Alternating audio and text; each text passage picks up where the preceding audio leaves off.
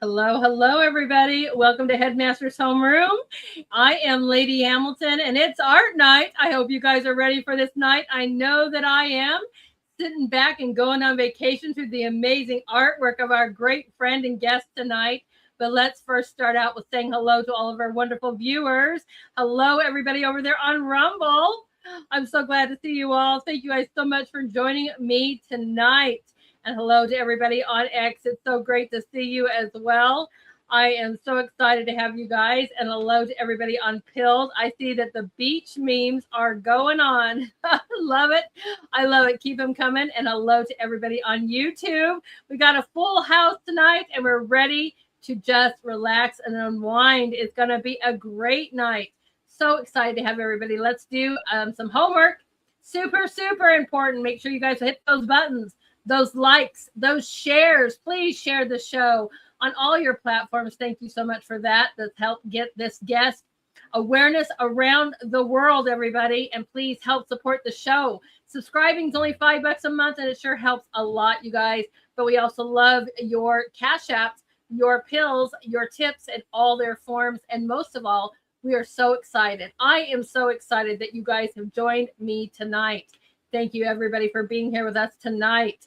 All right, guys, I hope you're as excited as I am. I am welcoming back such a great friend tonight. We all know him either as Captain Robert, but Bob Goetting is in the house. I am so excited, you guys, as much as I know that you guys are as well. But Bob is an acclaimed California artist with remarkable 4-decade career that's transformed breaking and breathtaking coastlines, rolling vineyards, and timeless beauty of Europe into unforgettable works of art.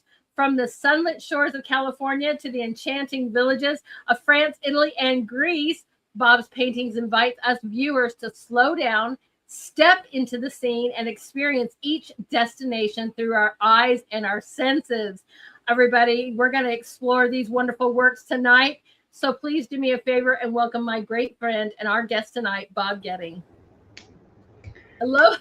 Greetings. How are you? Aloha. I don't know. I guess it was telepathy on the wardrobe tonight. I missed the memo, but I got it by telepathy, I guess. Right. I love it.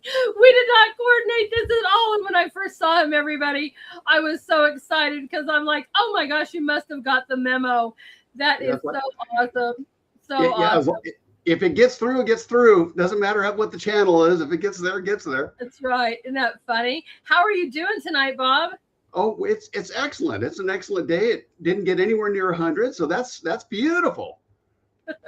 So I'm happy with that. So how are things back there? I hear there's some smoke floating around back there. Is it coming to see you? It did yesterday. It cleared out pretty nicely, and we got some rains today. Good. Enough to clear it out, but it is humid as heck.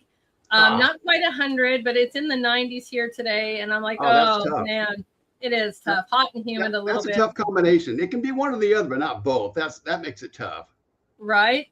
I know, but you know what? I'm still happy. I've got, I'm thank heavens for air conditioning and, lots of water and the beautiful sunlight. And, I'll take it. I'll absolutely take it. Absolutely. Well, this time of year is awesome. It's a happy time of year. Right. I'm surprised you're not out and about amongst the world, my friend.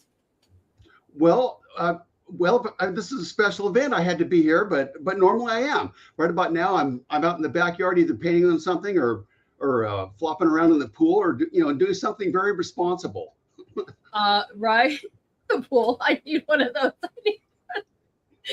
So, Bob, I've got some new viewers here tonight that maybe never have known of you. I don't know how, because I love sharing you out.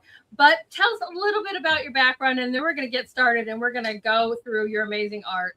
Sure. I've been painting for well over 40 years, mostly in oil. I do some acrylic. I'm not near as versatile as a lot of our crowd is. You guys pick up charcoal and you pick up, all different kinds of things. I'm kind of a one or two trick pony, and that's about it. I usually do oil. Most of what I do is oil, either oil and acrylic, one over the other. And typically I'm kind of subject matter driven. I enjoy the nice, fun places to be, like the vineyards and I live in the central California, so I'm pretty much surrounded by vineyards and walnut groves and pumpkin patches and stuff like that. So it's kind of what old California used to be before all the cities just went crazy, and they're kind of their own world now. But it's kind of old-fashioned California. There's still a good part of that old-fashioned California along the coastline, and so I get over that way and paint Morro Bay and that area of the world. That's probably one of my favorite things to do. And then I've painted quite a few paintings of just some of my travel.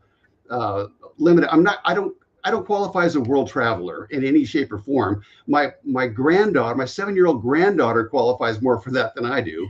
But I've taken a lot of photos, and I get a lot of shots of Italy, France, some of Spain, some of England, and just nice, quaint places to be, places that look like they're fun, and they were.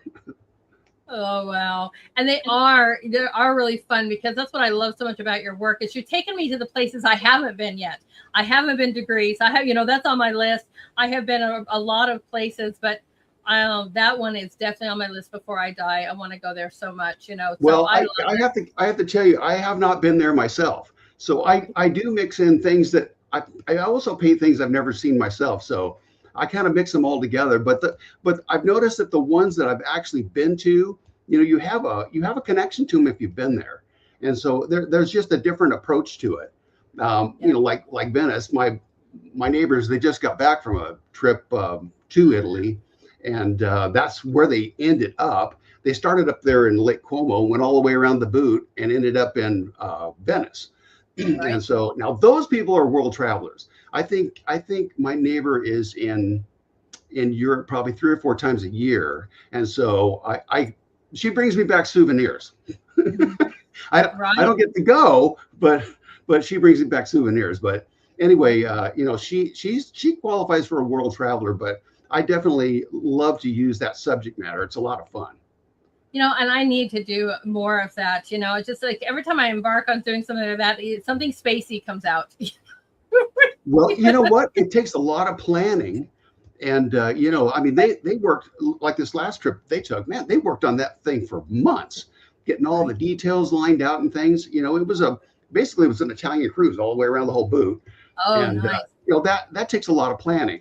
It doesn't matter if you have a person doing all the planning for you, you still have to set up the itinerary. So anyway, yes, that's the kind of stuff I like to do, is take people to fun places. I know. And I am so grateful for that, because, and we all have our own, like you said, we all have our own niches, right? And so I might not be able to, it's not for, not me to go and paint a scene of Italy yet. I guess. Yes. But, every day I get to go there through your artwork, or go to Greece, or go to England, or go to these places that, I've been to Adelaide, Australia. I've been to Cuba, beautiful beaches. I've got photos, but I've not painted that yet. So that's something I just, every day and every night, I look forward to seeing your work, so I can travel there. Because if everybody knows, Lady H needs a beach vacation, I am so dying for one. So thank you, Bob. I don't know how you do. I still think there's like 3 or 4 of you, because I don't know how you get done what you get done. You get a lot of stuff done. Yes, thank you. We were just talking about that on my interview last week with Frosty. I'm like, just the hours I put into, the arts and the shows and whatever, well over 40 hours of doing just the shows and the artists. I've got Excel sheets. I've got, my planners. I'm so old school. I write everything down. And, people are like, but that's how I do it. I have to be prepared in advance. But that's just the fun part of me, so. But I love it. So I am ready. We got multiple guys. So many wonderful images tonight. And I can't wait for you to take us on this trip of your work. I'm going to load that up, and we're going to rock. All right. First and foremost, guys, and you could tell us, because I know you're on like Instagram, and I know that too. But, man, and I don't know which more, I can look. One thing I love about X is I can see how many views you guys are getting, especially in the community there. That's a good thing about the community. And it's amazing how much views you're getting on X. And I'm really happy that you're there. But he's also over on Truth, guys. And it's fantastic. Our group on Truth is 701 members now. I'm super excited about that. That's great. Right. right? I do have a question. Have Yes. they allowed you to continue your group on X? Yes.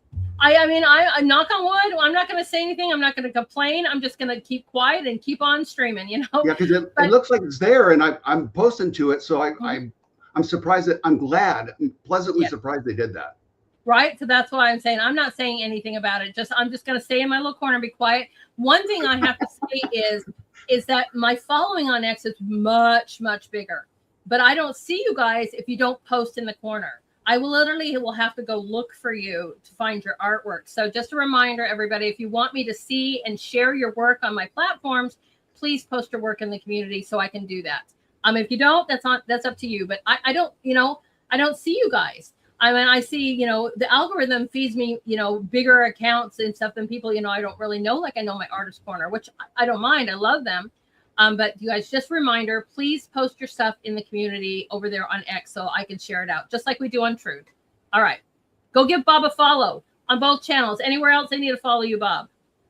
Well, yeah, I'm on Instagram too, but and Facebook. But I'll tell you what, the censorship over there is awful. And it doesn't matter if you have like 2 pages and 1 page, all you do is post art. And on the other ones, you're a smart aleck and you say what you think politically, they'll ban you on the whole deal. They don't differentiate, which is really unfortunate, but that's how it works. Yes, it is. Yes, so it is. That's why I really do prefer X and Truth. At least you can say what you think and not get put in a slam down in a box, because they don't like what you say. Oh, I know. X can't keep up with me because of the different shows. On Thursday, I share all health stuff. On Mondays, I share news. And then on the rest of the days, I share art. And so they're like, we can't figure out. But the one thing I also really love about X is I can find food stuff. I can find health stuff. I mean, it's such a variety of stuff that I really enjoy that. But, I love you guys. And I love to share out your guys' amazing talents. So awesome. Go give Bob a follow, please. And share. Starting us off, Bob. Here we go.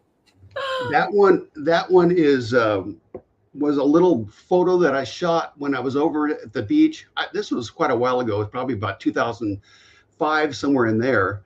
And it was just a surf shot, basically what it is. It's not very far from, it was actually in Shell Beach, just in the Pismo Beach, Shell Beach area.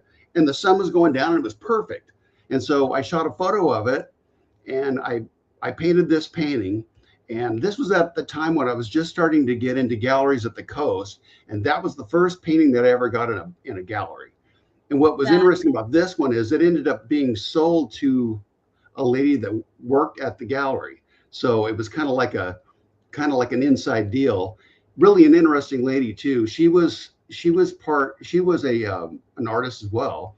Her husband was a fabricator of some type, a metal work and that kind of thing. But he owned about 5 acres of Sangiovese grapes that he grew there in Paso. And so he had a connection with the wineries.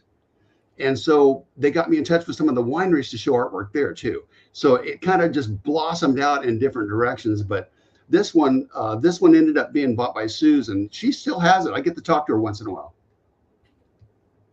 That's nice.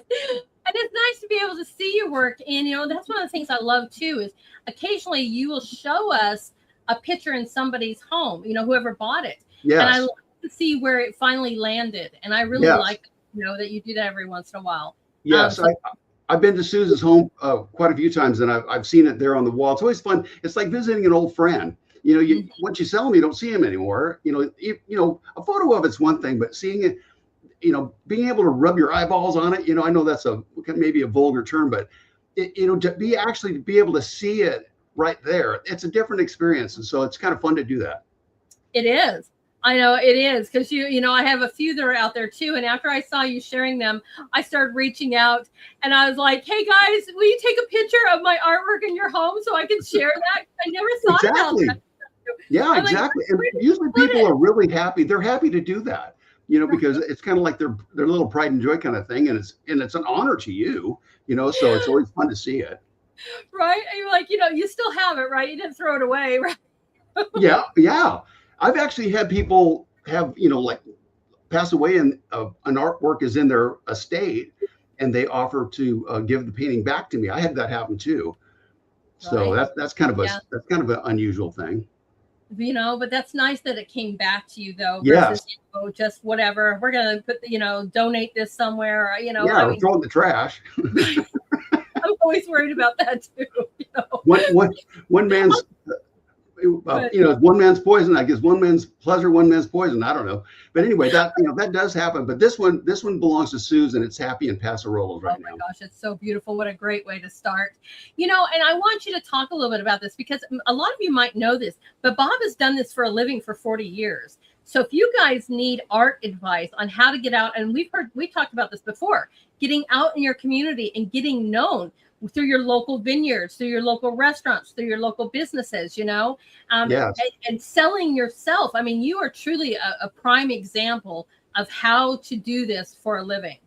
You You know, want to talk? Go ahead. to be honest with you, I was thinking about that before I was putting everything together, and I have like 5 art friends, one of which I've known for 40 years, and there's I don't have I don't want to I can't really divulge any of their personal Right. things, but how they've gone about their careers, and Teresa is a perfect example. She's been an artist for 40 years.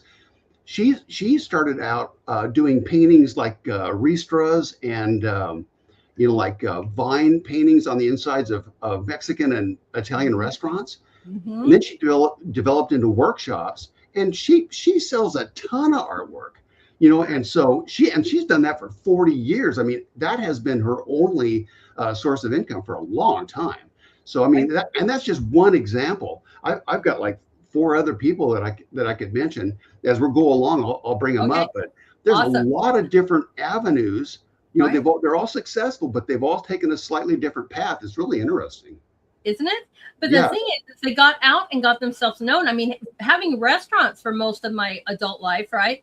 I Yes. loved getting different artists in. I loved Yes. having that and helping them out, whether they're, people coming in and playing at my restaurant for, musicians and having their Yep. artwork up. And it was just really fascinating. So you guys make sure you get out there and we'll talk more about that. All right. Taking us to our next destination. Oh my gosh. That one was sold at a winery. Now that you mentioned that, and the photo, I painted it from a photo that I shot when I was in Portofino. It was like the afternoon light was just perfect, and it was just kind of bouncing off those old bumpy walls. Those walls are like 6, 7, 800 years old, and they've had patch jobs done on them and different colors painted on them and windows covered in and doors cut into them and all kinds of stuff. And when you see the light on those things, all that personality just pops out. And so Right. that's kind of what this one was. Oh, and I can see that. I can see the color just beaming through, everywhere. And it's just amazing. You've captured the light that's bouncing off of your main building. And I just love it, you guys. The thickness of your work and the texture that you bring into all of your work as well, too. It's just absolutely phenomenal. Thank Just you. beautiful. Oh, I love it. I know. A lot of these little Italian places have a director of good taste. They literally have like a little color Nazi that goes around and tells them what colors to paint their house. Like a homeowner association. Exactly right. That's exactly right. And they have authority, but they know what they're doing. They know color juxtaposition, and they know what looks good and what doesn't. And so they go, yes, sir. And they go ahead and they do whatever color they think is appropriate there. But it works. And several of the ones, especially like between, north of Amalfi and south of Genoa, that whole, I can't remember the name of the sea there, but Tyrrhenian, is that right? I think it is. Anyway, all along there, they all have those just beautifully colored buildings. And when the sun hits them, man, I'll tell you what, they're a lot of fun to paint. I know. I love it. Oh, man. That is so beautiful. That is just amazing. I'm just grabbing, we're seeing over here. Welcome over the guys. I've got new viewers over on Pilled. I'm just trying to say hi to that. Isn't this amazing? I know I would live on that 3rd floor. I'd live on any of the floors, You know what's interesting too is you can tell the locals kind of pitch in on it, because I think originally a lot of these homes, they were they were the store shop. The store was on the bottom, and then the places where they live was above that. And so I think what they do too, like they'll hang like their laundry or their sheets out there and kind of animate it a little bit. I don't know if you can see it or not, but there's a couple little places up there on the second and third floor. They got grandma's undies hanging out there, so so just kind of animate it a little bit. I love it, but that's how it is. I mean, I've not been Yep. to this area, but I've been the same way in Cuba. And there were some areas that with the fort, there's 400 years old, and you see this kind of thing. Everything had to be a certain color. Especially in Havana, and you would see the laundry going through, and all the shops and the restaurants, and the same thing are down on the first level, junior markets and so forth. And then you have people, from the different things. So it's kind of brought that rusticness to it. But I just love this. I mean, and it just brings it so to life. It's amazing. And I know you got, go ahead. It was fun to paint. It's just one of those fun to paint things. The architecture part of it is a little bit tedious, but what's interesting when you start to paint it, you want your interpretation to be the subject, even though you have the doors and windows as the main subject, but you want your interpretation to be the intermediary, so to speak. Then as you're painting these things, you realize that the windows are crooked. They're not even, they're not level. One window is smaller than the other. I mean, it's really interesting once you start digging into the architecture. You can tell it's been rebuilt and changed, a million times. And so all it does is just make it more interesting and more fun. I agree. I totally agree. And this is just phenomenally done. This is what I'm talking about, guys. I mean, when you see Bob's work, you physically can just imagine yourself, right? Just right there on a boat, cruising down this beautiful river, checking out this amazing architecture, and just relishing in this moment. And it's just beautiful. Love it. It's a lot of fun to paint. Yes, I bet it is. Now, people are going to ask two things I already know. Your custom size of your work, your average, right? And also, how long does it take you to do each piece? This one is a 1620. I'll paint 1620s, 20 by 24s, 2430s, 2436, 3648. Just depends on the subject. And, really, I pretty much design, I just figure I'll look at a subject, and if it's of a significance, like where it has a lot of intricacy, I'll use a larger format, because you can get more, I get more energy into a canvas when it's larger. And I'm certain you have the same feeling. I am just stupefied when I see these little bitty canvases that are just like little perfect little things. I admire that. I don't have that fine motor skill. I just don't. Right. I need to get my elbows in it. That's right. I was crying on doing that one, little 9 by 12 one, that I know it looks bigger, but I was like, okay, no. And you're right. That one should have been a bigger painting.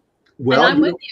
That one has a lot of horsepower for a little. I know which one you're talking about. Right. That one feels like it's about 4 feet tall. That was a big canvas. That's right. Well, the second one I'm working on right now, we'll call it its cousin. It's much bigger because of my freaking small canvases. You've given yourself some elbow room. That's good. That's right. Tell us about this. A beautiful picture. Look at this texture. Oh my gosh. This is the back door of the Hotel Splendido in Portofino. It took me 2 years to figure out what I was looking at.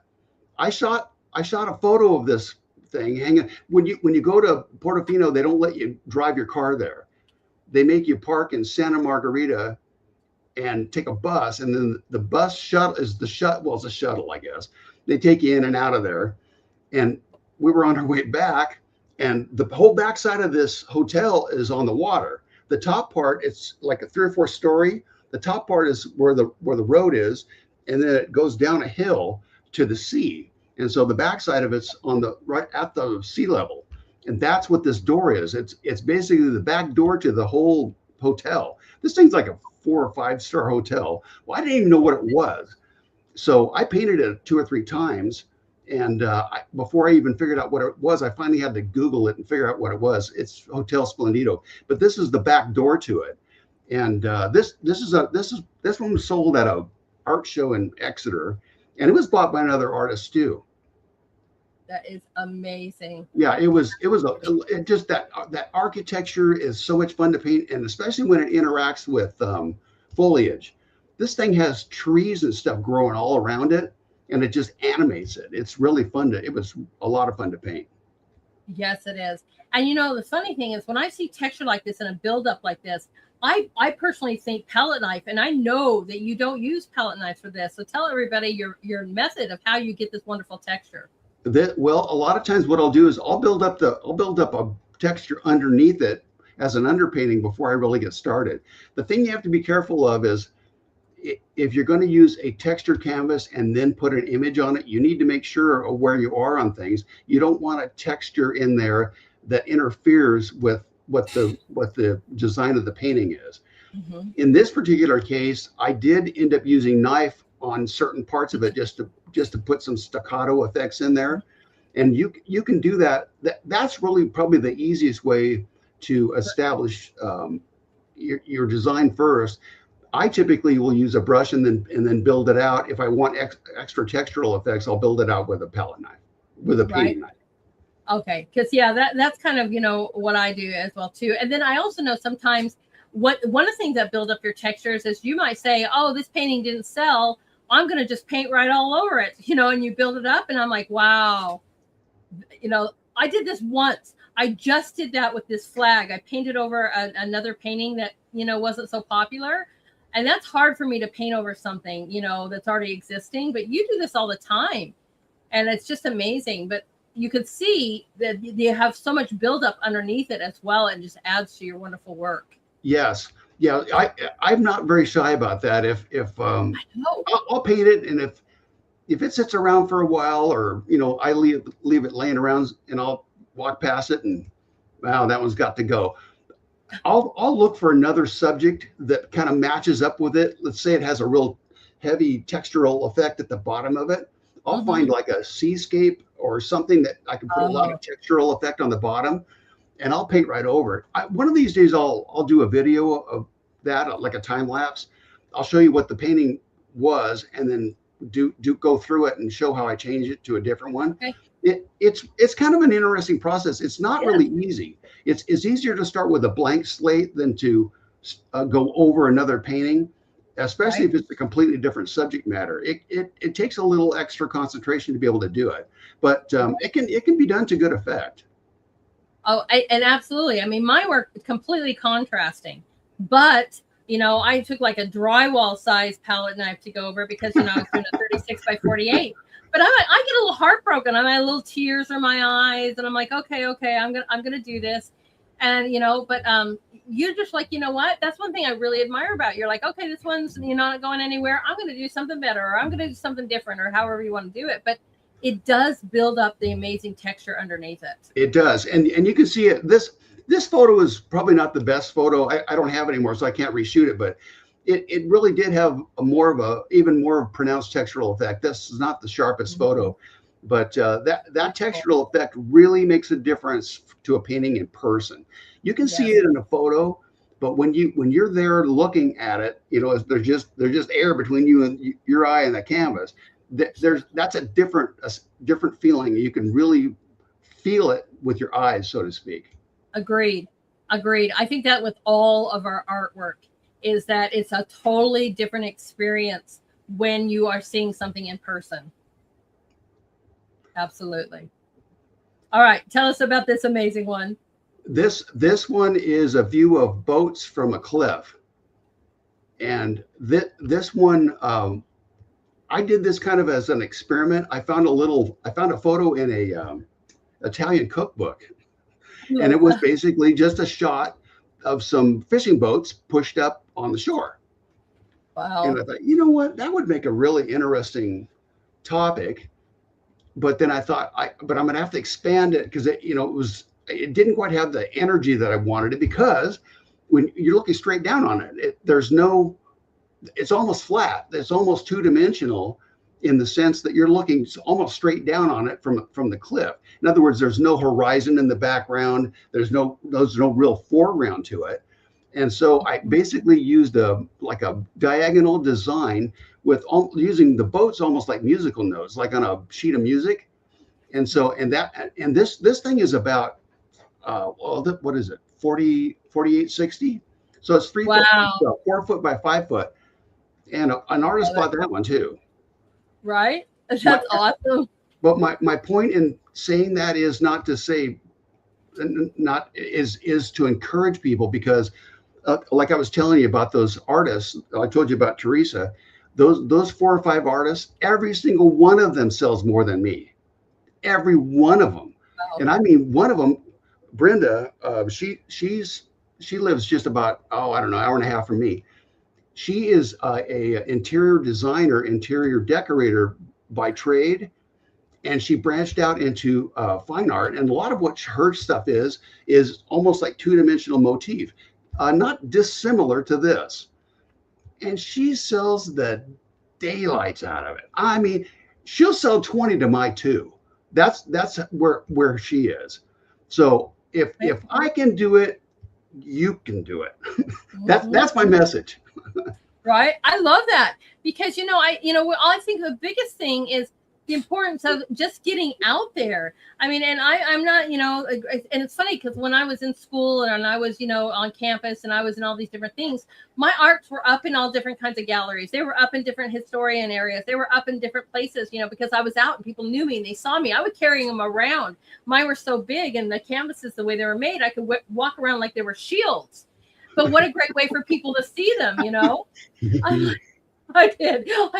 But, it was getting known and being part of the community. If we paint, and social media is great, don't get me wrong, but your community wants your work. It really does. Those offices want to have your work. Those, those restaurants, those wineries, whatever you have around you, take one in person, take it with you. Be like, hey, boom. Because even like you said, your photos sometimes don't even come off as wonderful. Right? They don't. There's a huge difference. That's why original art is so unique. The prints and the like you said, the digital images, that's wonderful, because it can go around the world. You can put this on X and somebody in Sri Lanka can see it. But the thing is, until you walk up and see the original, it's almost like a whoa. And so you really see what's going on with all the brushstrokes and the energy. Like a canvas like that, there's probably 4,000 or 5,000 brushstrokes on that thing. Right. And what's really crazy is when somebody says, "Do you still have that one?" No. Well, can you paint me one like it? No. They're one of a kind, guys. No. If you want a straight answer, no. Right. I can try. I could come up with something close, but each person is going to connect with something slightly different in that canvas. That's right. And I mean, to my way of thinking, that is probably the biggest challenge is for somebody that says they want a painting like that and to reproduce it again. That's a challenge. And I had that experience once. You guys have seen that with the bridge and the street lights. We had to paint the exact same thing in 2 different tones. And they're totally, they're okay, but they're not the same. It's just really, really, they're close, but they're not the same. Exactly. And no matter how hard we try, there's some amazing people that can copy a Monet or, really, really great, but there's still going to be something that might be, to the right eye will be like, that's a forgery. You know what I mean? True. But because it's just different how we paint and how whatever. Close, but all of our work is one of a kind. It is. It truly is. Paintings are, they're an extension of you, and each person is unique. It's like, like if you put a portrait of a Raphael next to a portrait of a Rembrandt next to a portrait of a Titian, most people that have studied art, they can tell which one's what. You can tell by looking at a Rembrandt that it's a Rembrandt painting of a woman, because nobody else paints a woman that looks like that. It's just unique. Renoir might have painted ladies shaped like that, but he had a completely different approach to it. The paint application was different. Right. And you're so right about that. It's the same thing about perspective. You're looking at a picture right now, but you walk in with a 36 by 48 on your side, and all of a sudden that perspective, they're like, wow, oh my gosh. It's totally different. It's great to have a portfolio, guys, but I always say have a piece with you on hand so they can actually physically see the texture, see the size, take it in, But okay, we love it. And we're going to keep on giving you guys great information. I love your sailboats, my friend. I just love your sailboats. This is probably whenever I see that, probably one of the number one pieces that you do, or that genre, that make me go, let me get on that boat and I want to go now. I've had to paint this one from imagination. My cousin works in Newport Beach, and he is a pool man, and he ends up on these multi-million dollar properties to clean their pool. Well, those multi-million dollar properties have a great view, and he described the Newport Beach to Ensenada boat race that takes place every year, and he described it to me, and so this was my version of it. Oh my gosh, that is so beautiful. Look at the colors in the water. Look at the reflections, everybody. I mean, I know we all want to see the amazing, beautiful sails, which are also phenomenal. The color that's in the sky, in the clouds. This one is just so beautiful and so pleasing. Oh, man. Doesn't it make you all so? I know what boat you're picking. I know which one I'm picking. Front and center. Right? That's the one I want to go on. But that's yeah, what it was a lot of fun. I have a photo of the first version of it. It didn't have it was okay, but it didn't have the energy in it that I was looking for. And so it's the same canvas, but I repainted it. It just didn't have the energy I was looking for. And this one came out nicely. This one has lived in Hawaii, San Diego, and Guam, and now it's back in San Diego. Really? It's a world. This thing's traveled more than I have in the last 5 years. That is amazing. Is it in like a museum that's setting at different places, or how's it traveling? It's traveling with my daughter. Oh, there you go. Yeah, she bought it. She bought it. I tried to just give it to her, and we worked out a deal. And so anyway, this thing has traveled all over the place. This painting has survived 2 Cat 4 hurricanes, two Cat 4 typhoons. That's amazing. Yeah. And I've seen you say that too, that, you're like, okay, everybody pray. And I'm like, right? Yeah, we were. Yeah, we were. But that's amazing. Absolutely amazing. And I love that she's taking it with her. She's like, all right, just fantastic. Yep. It has survived some exciting times, that's for sure. But it was a lot of fun to paint. That teal blue kind of adds a little differentiation. There's some ultramarine in there and some cobalt in there, but that high I can't think of the exact. I don't know if it's I don't think it's phthalo. That's a little too greenish blue. I can't remember the exact color that I used in there, but it's like a traditional oil color. It wasn't cerulean. I can't remember exactly what color that was, but it was just the pop I was looking for because it had the right hue to it, and it made the other colors just sing a little bit. Exactly. I know. Whenever I just found this color, and I showed you. You asked a question, saying I popped it into your comments, but I found this amazing turquoise. That's like, no matter how I try, I don't know if I can make that. That and opera pink are 2 ones that I just struggle with versus buying them. And I'm like, oh my gosh, I am in love with this color. But like you said, it's just that certain color you find. It's like, that's perfect. That's going to make this thing pop, and it did. I mean, I believe it was. I think you're right. I think it was a gambling turquoise or something. I can't remember exactly what it was. I don't use it that frequently, but there are certain times when you want that frequency of color. It's that high key greenish blue that you're looking for. Right. And I can mix like crazy, but there's sometimes I'm just can't quite get it like you can if you can buy it in a tube. And I'm like, okay, true. There's a few colors. I very seldomly do I buy my own black. I make my chromatic black. Yeah. But other than that, like I said, it's this turquoise and now an opera pink. And I'm like, nope, I'm just going to buy it because they're the masters apparently. And anyway, I did have a question for you. Did you ever paint in different kind of style before you found this one? Or, because we all fall into what I call our signature as you're going through school and stuff like that and whatever. Did you ever go, okay, I've tried all these different things, but impressionistic is my thing? Yes, I did. I think my original hero was, and I still always think about, in the back of my mind, always think about J.M.W. Turner. I just loved his atmospheres, the energy and atmosphere that man could get into a canvas was just absolutely amazing. And his contemporary, who painted in an entirely different style, both of these, that would be John Constable. Both of these people were actually influential on the Impressionists, even though you have people like Claude Monet, who went and hid in England during the Franco-Prussian War, and he's him and Pissarro, and they stomped around over there and looked at all the galleries, and then when he came back to France, he swore up and down he never saw any Turner's work. Well, we know that wasn't true because they found Pissarro's signature in the guest books. So we know, and they wouldn't have gone separately. So anyway, that was my original inspiration. I still have a few of them around. I might have some in my collection. I might have sent one to you. I can't remember. It'll stick out if you see it. Okay. And then I got to the point where I just needed to amp it up as far as the textural effect and the boldness. And I always like it if I need an effect someplace and I can get it done with one brush stroke instead of 50. I just love that spontaneity and that expressive quality. Exactly. I know that you do. And it's just marvelous. I love it, and this is one that kind of talks about, that one stroke.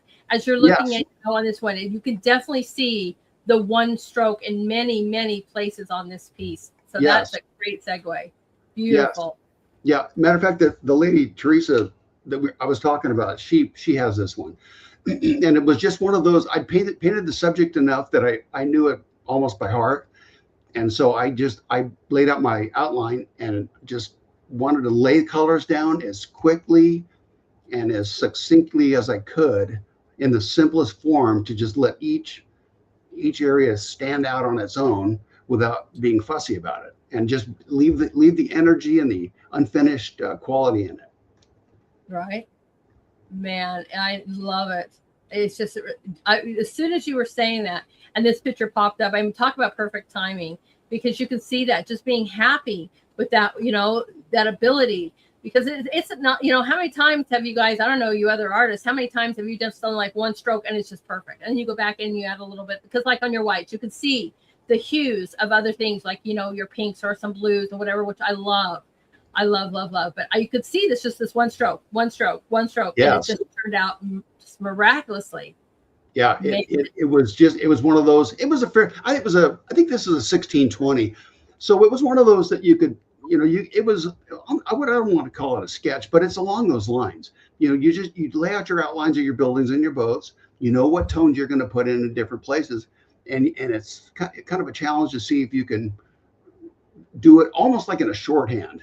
Like just make the marks. You don't have to write the whole word out. You just make the marks to indicate what you're trying to say. That's right. Now, do you ever briefly draw your outlines of what you want to do first, or are you using paint for your drawing? I should say. I never use pencil underneath an oil painting. Was that the question? Yeah, never. No, I know a lot of people do. Occasionally, if I'm working on a statement piece, I might, I'll do like a little T-cross or something like that. But that's about it. But a lot of people almost draw out their entire composition before they even paint, and that's fine. But I don't like, and I'll tell you the reason I don't like that is because I don't want to see any paint. I paint in various thicknesses. Some places I'll leave it thin, and other places I'll build it up, and I don't want to see any pencil underneath it. So I'll just use, typically, just for outlines like this one, I'll just mix alizarin crimson and sap green together and use that as a real warm, transparent brown. And and you can see some of the lines are still there. I use that as an outline. And then when it's wet, so when you go to put that new brush stroke down on it, right where the outside edge of that brush stroke rubs up against where that old brownish line is, those just kind of melt together a little bit, and it creates an interesting texture. It works so well. I love that. Now, how often do you do an underpainting before you? Always. Always. Yes. I virtually never paint on a white canvas ever. And even if it is like a canvas like this, typically I'll just take, I always go down and get a high quality flat white latex house paint. And I'll use maybe a 2-inch wide brush, and I'll put like 2 or 3 layers of latex paint on a panel or canvas or whatever it is. Right. And then I'll determine what I'm going to paint. If it's a cool subject, I'll use a cool underpainting. If it's a warm subject, I'll go warm. Exactly. You know, it'll range from anything from like pinkish yellow all the way to kind of a cool greenish blue, depending on what the tone's going to be. Put Right. that down, and then use that for the underpainting. Right. I really got to try that sometime. I never had a class even where they taught us to do the underpainting. And I know that a lot of people do, but I'm also too. I gesso my, canvas in multiple layers. And then I go in and I call it toning my canvas. So I'll put, like you said, a cool, but, or a warm, depending on what I want to do. That's about as far as I go. But I've seen some great work with a lot of you masters out there with your underpainting. So that might be something I try in the future. It's very helpful, and in some cases it's good you can animate the surface by leaving a little bit of that underpainting coming through in the thinner spots of the paint. You can see it in the sky, like up in the upper part of the sky, and you can see it in the water too. There'll be like little spots where that soft yellowish, pinkish, ochreish tint comes through, and it keeps that surface animated. If you just paint that thing flat like you're painting the side of a house, you're taking the life out of it. So let that paint have a little breath to it, and that's kind of what I do. All right, I'll give it a try. I promise. Coming up, I've got a couple I'm gonna do, but yeah, I really want to do. I'm not really a landscape artist. So I'm kind of branching out, and like I said earlier, I'll do something landscapey, and then something spacey comes out. Right. Well, you always paint what you feel. I mean, some people. Look at Vincent and Paul Gauguin. Vincent had to look at something. Paul Gauguin painted out of his mind, and they butted heads about that all the time. Right. I know, but that's what I think I love so much about our group, though, too, is because not a single one of us are the same. No. Every single one of us has a totally different style, a totally different. Our group is a very broad band. I mean, as far as there's a lot of bandwidth of interest there. I know. It's so exciting. You guys are all phenomenal. Oh, awesome. Oh, tell us about this beautiful. I mean, I love the contrast in this so much between those beautiful purples and blues with those yellows and reds. Bob, it's fantastic. That is Chinese junks. And I just basically abstracted it. I just was intrigued with color contrast, and so there again, there's that teal back in there, that light teal, right? And the purple and the green up against that really they spark those warm colors. So you have a super concentration of colors. There's the cool range, there's the warm range, and they're juxtaposed each other right up against each other. This is a 3648, and I don't know, it was heavily textured before I painted this, and then I painted very heavily on it. So this one was kind of funny. When I finished it, once it was dry, if you tapped on it, it kind of felt like it was made out of like leather. It was that paint. The paint on this canvas was probably, I don't know, it was 1/4 inch thick, something like that, and it was heavy. It wasn't the same weight as a normal canvas. It was interesting. So awesome. I remember painting this one. It was fun. Oh, it looks fun. It inspires me because it is on a little verge of an abstract in a way, It is. And I'm loving that. Two-dimensional. It's almost like a two-dimensional design motif kind of art. It's not really a seascape. It's really more, like you said, it's more of an abstracted expression kind of a right. It is. I mean, I can tell this is a seascape, but it has this little sense of an abstractism in it. And I love it. And between that and the contrast, which are just rocking my world, I'm like, wow. And the color contrast and the tonal contrast, you really make it bring some intrigue into it. That's right. And if you guys don't know about the color wheel and knowing your contrast colors, I'm telling you, you look at that, your purple versus your yellows, your oranges versus your greens, because they will literally on purpose help make it pop more, as we are seeing as a prime example on this piece. I'm like, wow. Wow. And I love that size too. Now I did have another question. Have you ever used like grits? I mean, I've sometimes, they have different waxes or they have, sand grits. You ever use that to create some texture in your background? I have. I don't like it. I don't, man. I don't. I don't know what. It feels like I'm painting with stucco, and I don't like that. I feel like I'm putting lumps where I don't want them, and so I mean, I'm sure there's other people that I used to paint with modeling paste. I would paint with modeling paste and then put tints over it. So I've done something like that before, but Right. like sand or ashes or dirt or I Right. just it just doesn't appeal to me. And I had a professor, a visiting professor from Japan in grad school that did that and introduced me to that.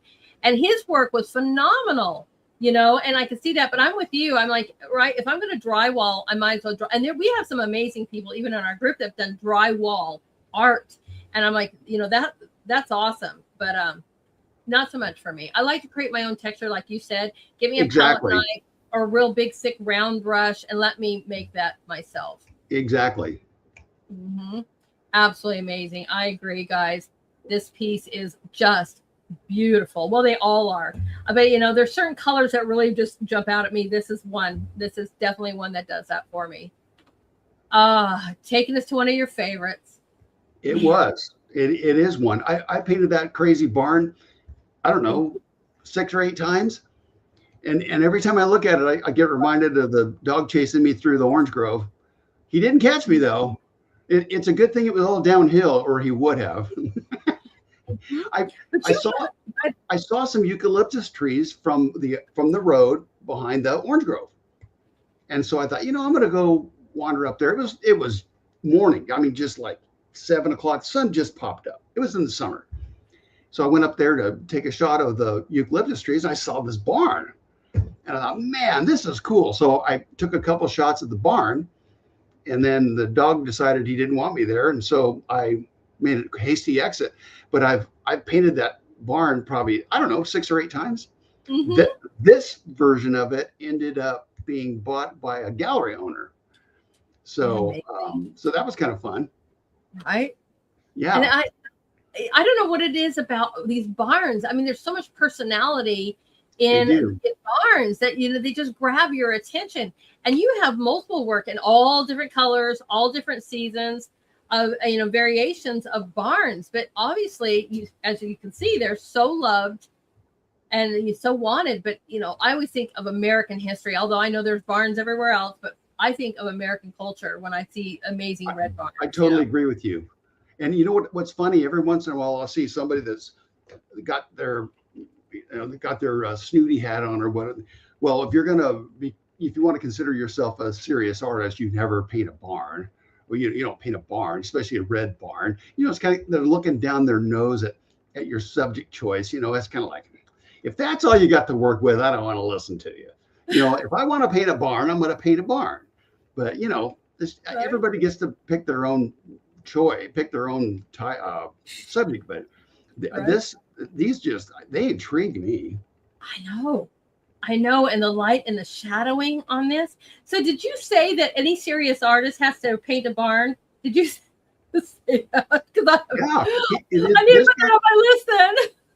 This guy was presenting himself as some kind of a higher art critic. And gotcha. No one should be painting a red barn. That's that's beneath any. That has no dignity. Well, I beg to differ. Mm-hmm. Exactly. I mean, and then when you watch how popular they are, I mean, like, so how are you doing on selling your work? Because I just sold 8 barns. yeah. So I don't know. Everybody, opinions. Everybody has one. That's right. Or exactly. We all know what that means. Yeah. Exactly. Yes, we do. Right. I tried to clean that up. Well, the thing is, like I said, though, too, are you a starving artist? Or are you actually getting your work out there? I mean, I don't want to die and just, become famous then. I mean, that'd be a great honor, but we all want to see our stuff sell and see people buy our work, so, and this just screams to so many people, and they love this kind of scene. even people that aren't interested in selling their artwork, you create your art to be seen. And so, the more, it's like spreading the joy. The more Right. people that can see your artwork, the more joy you get to spread. I mean, I even if you don't think of it in monetary terms, that you can look at it that way too. You want your art to be seen. You don't paint it so you can throw it in the closet. You That's want right. people to be able to see it and enjoy it. That's right. Because, there's several pieces of mine that I know it's not going to go in anybody's house. They weren't made for that. They're made to go to a certain kind of cause. They're made to shout and spread a message on something. So every year when they have these annual, no, I shouldn't say festival's not the right word, but, awareness moments, here goes 5 or 6 of them to these kind of things because they were made for that. But they're still made to be seen, everyone. And just a great thing. Get your artwork out there and let it be seen. This is awesome. Lighten up the chats with this one. Spread the joy. Well, that's right. Oh my gosh. I love this. I love pomegranate so much. I just love it's like they just vibrate. They've got so much energy. I don't know, you probably have them back there too, but they grow wild out here. They grow all over the place. When I lived in Arizona, that's one of the things I was really, really sad about when we moved, because we had beautiful pomegranate trees, that were just in full bloom right as we're leaving. I go, of course. And they do not grow out here. I'm like, wow. I think it's too moist and too damp. They can, oh my gosh, do you talk about tough? They're like an olive tree. They can go years without even getting watered through heat. That's a really tough plant. And I just love that shiny skin on them, and when they just hit that peak ripeness, that they just have that plump, shiny outside skin, and it was just so much fun to paint. Because this bunch just kind of lined up again like little musical notes, like big fat red musical notes, and so it was a lot of fun to paint. It was really just a fun one to paint. Oh, I see that, absolutely. And, besides being my favorite color, I mean, they're the nectar of the gods, everyone, is just amazing. They're so good for us, and they're so vibrant, and, they've got just so much. And the shine, like you said, that bounces off of them. And you just captured that so well. The highlight is probably the hardest part to do. I always try to do that the last. And they come out the best, in as far as I'm concerned, they come out the best when you still have the pomegranate paint is still wet. Mm-hmm. And you just cut the white with a little bit of the pomegranate color, and just knock it down in hue just a little tiny bit, and use a loaded brush, but thin just a little bit, so that when you put the accent down, it just slightly melts into the red. So that way it'll be a shine on it and not a blob of paint on it. And it kind of just settles into that red, and it makes it just part of the. And you can see that. You can totally see it, because it goes from that bright, and it starts just blending down like a real highlight will do, and it does reflect those wonderful colors. Yeah, it does. And that's another thing too, is when you're highlighting fruit like this and a bunch like this, you don't want to highlight every piece of fruit, because every single sphere is going to catch light in a slightly different way, and so you want to just highlight a few of them to give the sense of roundness and shine. And you want to leave some of it without a shine on it, just as for a contrast. I don't know if you can see it or not, but just about in the middle left, there's a backlight, like a little blue reflection. Can you see that one? So basically, and there's a couple other ones that have a little bit of it. That's a backlight, and that helps add some roundness to the object. The shadows on that are alizarin crimson, and then the highlights are medium cad red medium, and also a little bit of cad red orange, or a cad orange. And then you just put it down wet into wet, and just leave it really fairly liquid, and then add your accents. Very, very last, the color highlight accents. Beautiful. And I love the abstracts going on in the back as well too. I Yes. think that really makes them pop even more sometimes. And that's fine. If you want every little detail, that's great. But sometimes just having an abstract going on gives you more focus of what we're looking at, which is the pomegranates. That's true. When you're looking at a subject, your eye cannot focus on every single element at the same time. You would go mad if you saw every single detail on every single leaf on your mind would not be able to absorb that. So you focus on what you're focusing on, and the other stuff gets a little soft, and that's so you can stay focused on certain little parts there. And that's what I try to do with something like this, because if you could make that canvas way too busy really easy. And so some of the areas are just left real rough. They're indicative, but they're not refined, and they're not finished, but they're the tone that they need to be. And you can sense the backlight without losing the highlights on the pomegranate. So it was fun to paint. I know. Now I have another question. Do you paint with music? Do you have a certain, thing that you listen to? Do you paint in silence? How do you work?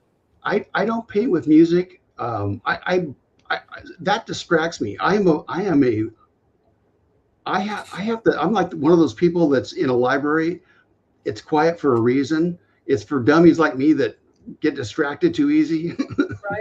Right. So typically when I'm outside, I'm not even around anybody else.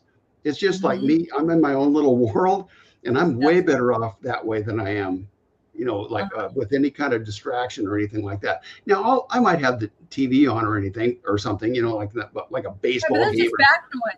Exactly. Just background noise. But I don't want anything that would distract me. So I'm too easily distracted as it is. I don't want to add to it. There's only a few times I've had music on. Number one, if I was in a class and everybody's playing their crap and I have to have something, jazzy or whatever, just quietly, or Bach or something just to cancel out their, new music that I don't want to listen to anyway. And that was one thing. Or another one, if I had it was really hard for me to paint a negative, sad emotion without listening to really sad stuff. So other than that, but I'm with you. I'd rather paint. Get me in the sunlight, get me outside, get me painting in the silence. Let the birds as my background. Yeah, I'm with you on that. I paint everything outside. I don't paint inside. Right. I paint outside. I have like a big, huge patio area. The whole north side of it is all open. So I don't ever paint anything. I paint everything with northern natural light. Everything. Right. I miss that about being in Arizona too, because you have that weather that you can do that all year long. You don't have to snow or anything like that, right? Yeah, you definitely can do that here. But it gets really warm in the summer, and it can be a little bit chilly in the winter. But it hardly ever snows here. I think we've seen snow maybe twice in the last 25 years, and you got to see what happens around here. It's like it snows and everybody wants to go get in their car and get in a car crash. Right. Terrible driving. California drivers have no idea. They cannot drive in snow, so forget that. And they're even crappy at it in rain. I know. And you got to see what they do when it's foggy. You can't see 20 feet and they're going 70 miles an hour. They're out of our minds. I'm telling you.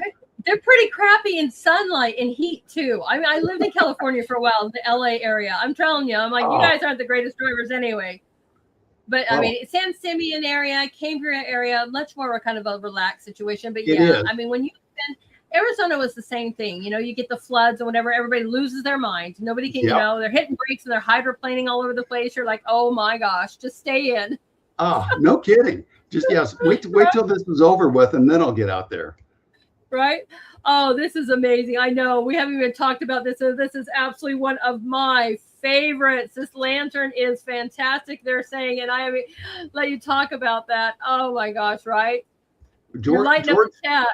George Huddleston bought this one. He's a antique dealer in Fresno. Nice man, really a nice guy. And I did a show up there with several other artists, and he latched onto this one. It was so much fun to paint.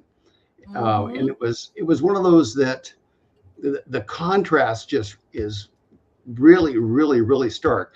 I'm like you. I don't use black out of a tube. For a long time I had it, and it finally got to the point where it started leaking.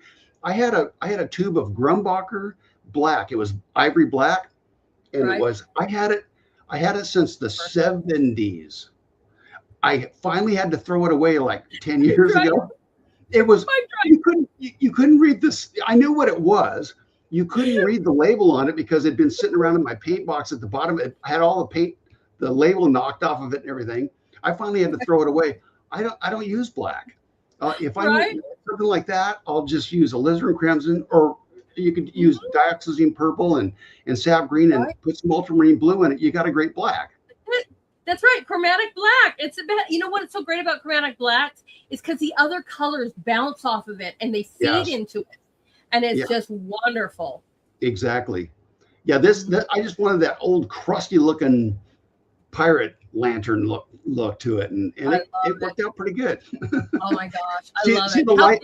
Can you see the light leaking out from underneath where the parts don't fit on the bottom? Right? Yes. See the I mean, little- that's awesome. I mean, everything about this is awesome. And you can see the reflections on the side and coming out and reflecting around it. This Yes, piece is fantastic. I don't know how big this is, but in my mind, this is a large piece. it really isn't. It's a small one. It's like 9 by Is it really? 12.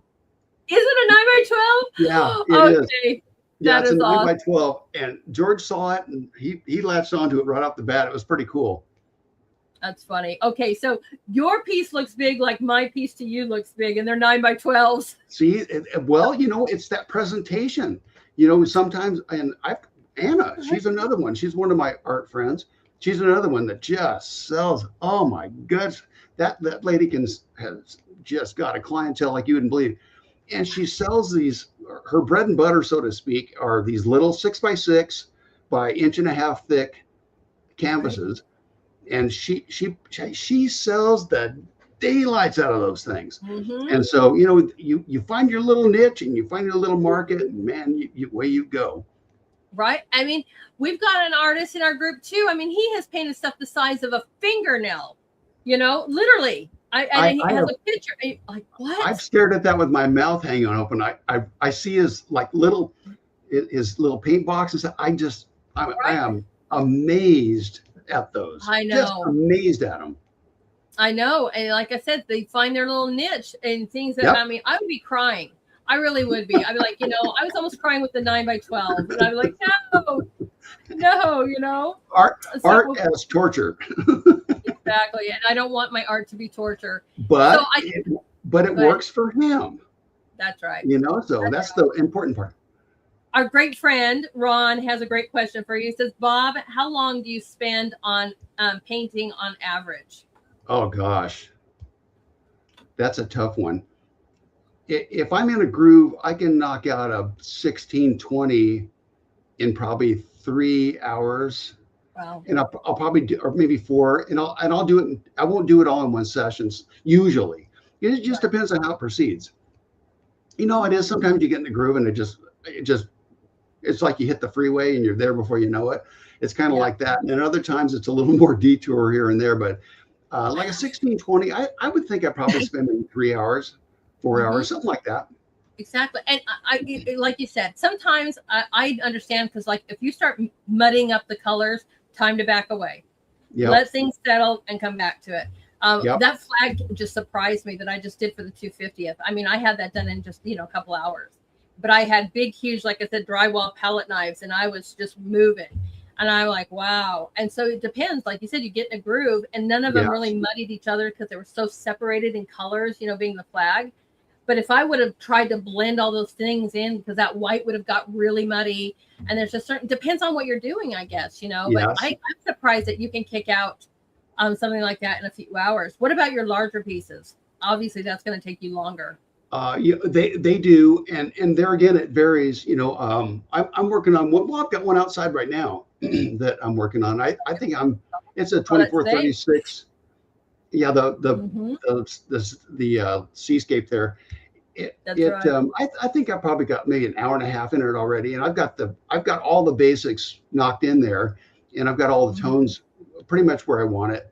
So we'll see, kind of in the next I don't know, half an hour, 45 minutes of work on it, I'll know what it's going to be. But a canvas like that, probably 5-6 hours, something like that. It just depends. Nice. And sometimes you'll think you're done, and then you'll come back and look at it, and you'll think, well, yeah, I'm going to move that, or I'm going to change that, or I'm going to tone that down, or bring that up. So you end up tacking on a few things here and there. But I'd say at 24-36, I'd say probably 5 or 6 hours, something like that. Nice. Very and it's nice. never in one session. I'll goof around and do different stuff. Well, life happens. It's always hard to guess because, next thing you know, it's like, oh, I have an appointment, or, well, at least with me, or I have something else, and life happens. I got a show. I got to stop, Well, yes. The other thing too is if you find yourself off track, take a break. Walk out there and pull a few weeds. Go water the lawn or something. Do something really, really simple to reset your mind, and then go back and start it again and see what happens. Exactly. Go grounding. Go get in the sunlight. It's good for you. That's exactly all right. Right. This is a beloved character. I love him so much. I just know he needs a book. I tell you this every single time. I do have the domain. I do have the domain now. Skankythecat.com. I do own the domain. So at least I've got that part done. This is the original one. This is the original Skanky the Cat. He lives in Maine. And I'm sure he's still just as feisty as he always was. I love it. Tell everybody where this even came from. Because the first thing I asked Bob, when I started seeing Skanky, is I was like, so do you have a black cat? Do you know a black cat? No. I just thought it would be fun to come up with kind of I don't know, just kind of a ornery, nobody's cat that hangs around out there and, chases rats and causes, scares people in the patch when they're out there and, just does funny stuff. And nobody knows where he came from and nobody knows where he lives. And he's just always out there staring at people and just kind of an ornery cat that's had his tail slammed in the door a few times. Just an mean old alley cat that's got some character. And so that's kind of how he came about. But the black cat thing on Halloween, that's kind of where it started, and then it just kind of took off from there. But I'm just looking for a cat with some attitude, and that's who he is. That's who he is. He is. Yeah. We all love Skanky the Cat. I love it so much. I'm like, I was even having moments where I was like, all right, I got to write down a few words. I've got to send these to Bob because I'm like, this would really be a great children's book. You did. Some of your suggestions were like, it was like you were reading my mind. It was like, what? I was going to do that. But you just hit it right on top of it, not knowing where he came from, or, he got thrown out of a boxcar when he was a kitten in a gunny sack or something, just something really kind of strange, but I don't know. I got to finish it. I got to get that book done. Yeah, I know you will. I'm sure you will. But, I think my interpretation is because I've seen so many of his amazing works. And I have Bob always comes for Halloween usually. And, we'll just invite him back because he's kind of like my every Halloween. Bob is the person for Halloween, guys, from all this fall and Skanky and more and pirates and stuff. We have so much fun. Anyways, but through all of his work, you're telling his story through your artwork. So I'm getting to know the cat, I don't need the story, so my mind's already going there, I love him. He's such a great character. He's fun to paint. I always paint the eyes last because I don't want him staring at me.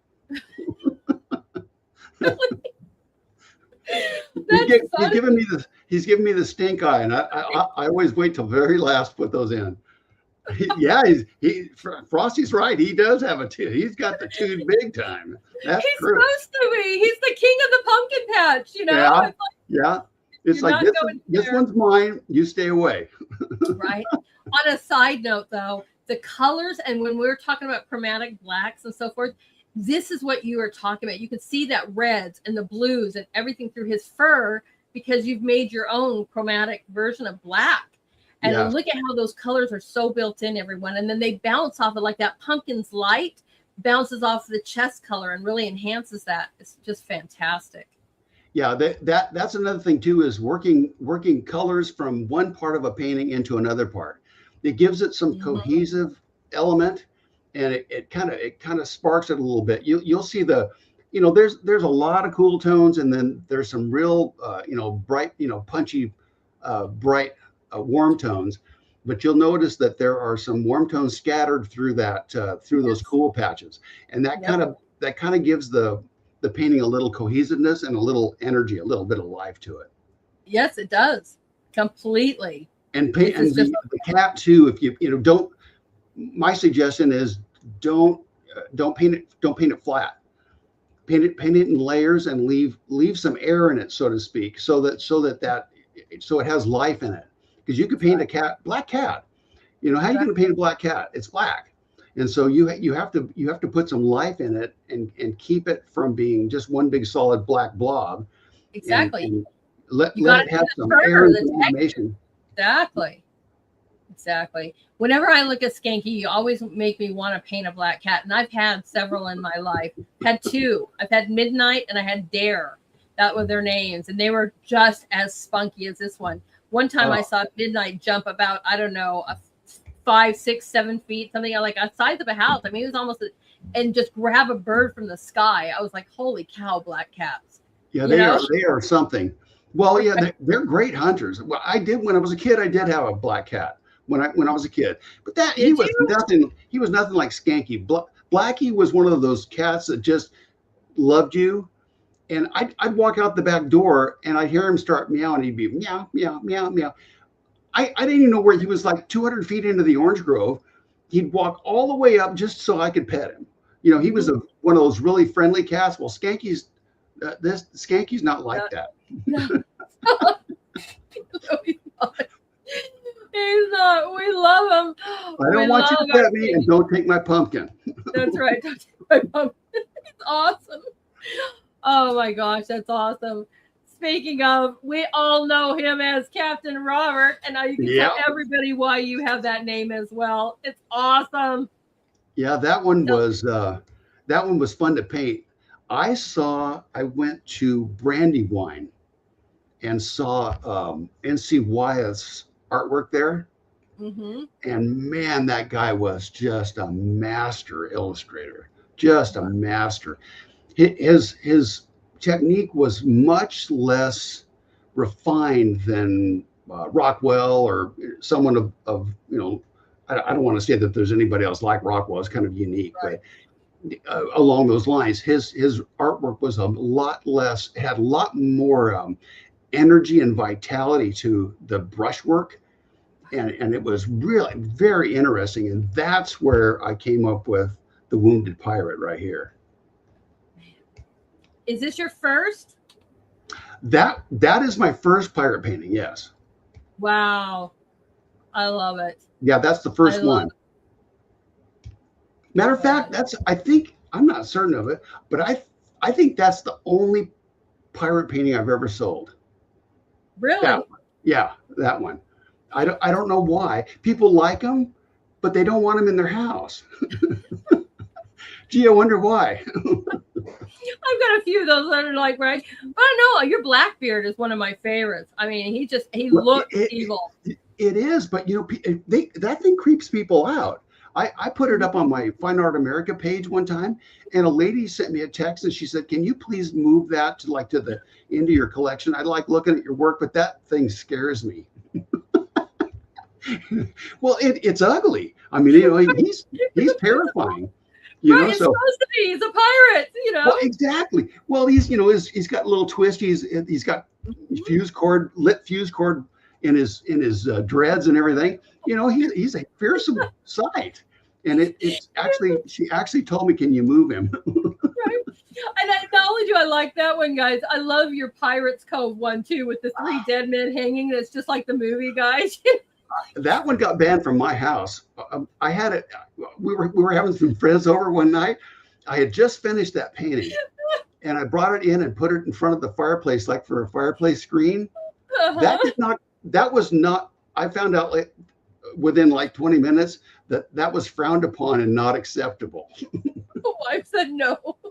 That's pretty much what happened. And I love it. I mean, it's like, okay, Halloween's out. Every pirate, every skanky, every, pirate cove, they should be all over the house. Well, that's That what I is said. funny. I said that. Are you kidding, man? This is cool. I think, No, I don't think our friends are going to be very impressed with that. Oh, all right. So well, I took it back outside. they might have been. I mean, I Well, don't know, friends, you're right. How do you know if you never let them see it? right? I would have been like, oh my gosh, Pirates of the Caribbean. I would have saw that immediately and just thought of, the movie. And, I've also Yeah, seen that cove in real life. that's So it what it has to was. be fun. Right. I love it though. But Bob, I do. I love that, you've got, not only does he have amazing landscapes, he's got some amazing characters that he does as well. All right, question from the audience. Do you paint various subjects for gallery sales or multiple pieces in the same subject? Actually, I honestly, I paint what I want to paint, and then I take them to. I don't. I'm not doing this currently, but when I was doing that, I would paint what I wanted to paint, and then I took it to a gallery, and they could pick what they wanted. So they might suggest me paint something of a certain subject, and I might do some of those, but I've always, this is selfish, but I think sometimes art can be, because it's you creating it. I am way better off painting something that I have a real interest in Yes. than something that somebody else might want. So I have to work extra hard on that, like a commission. I mean, Right. if it's a commission that's out of your normal realm, that's a much harder topic to do, and I admire people that can do that. But Right. as far as sales, I pretty much just paint what I want to paint and try to Mhm. find someone that's interested in it. So I'm here again too, like I was telling you about my friends. They're way better at that than I am. So Right. they know their clientele. Like Brenda, she knows her clientele, or she's the one that's the interior decorator. She knows her Mhm. clientele, and she knows what they Exactly. like, and she focuses on that. I tend to be more selfish about it and paint what I want to paint, and then find Right. somebody that's interested in it. So Exactly. her way is way better than my way, but that's how I do it. Well, there are some amazing. I can even think of a few that are in our group that you can say, hey, I really need this, and I'm thinking of especially, our good friend Nancy. I have 2 dogs that passed away, and she took photos and just voila, photorealism. And there's people that can do that. I am Yep. like you. I'm not. I got to paint what's inside me. I got to paint what's in my imagination. And if you like it, great. If not, then there it sits. Yep. Well, now you always have to paint your personality. If Mhm. you paint more detailed work by nature, paint it that way. Right. So don't. I guess my point is, don't try to fit yourself in somebody else's shoes. Exactly. Make it fit your personality. Do it the way you want to do it. It's way easier to do that.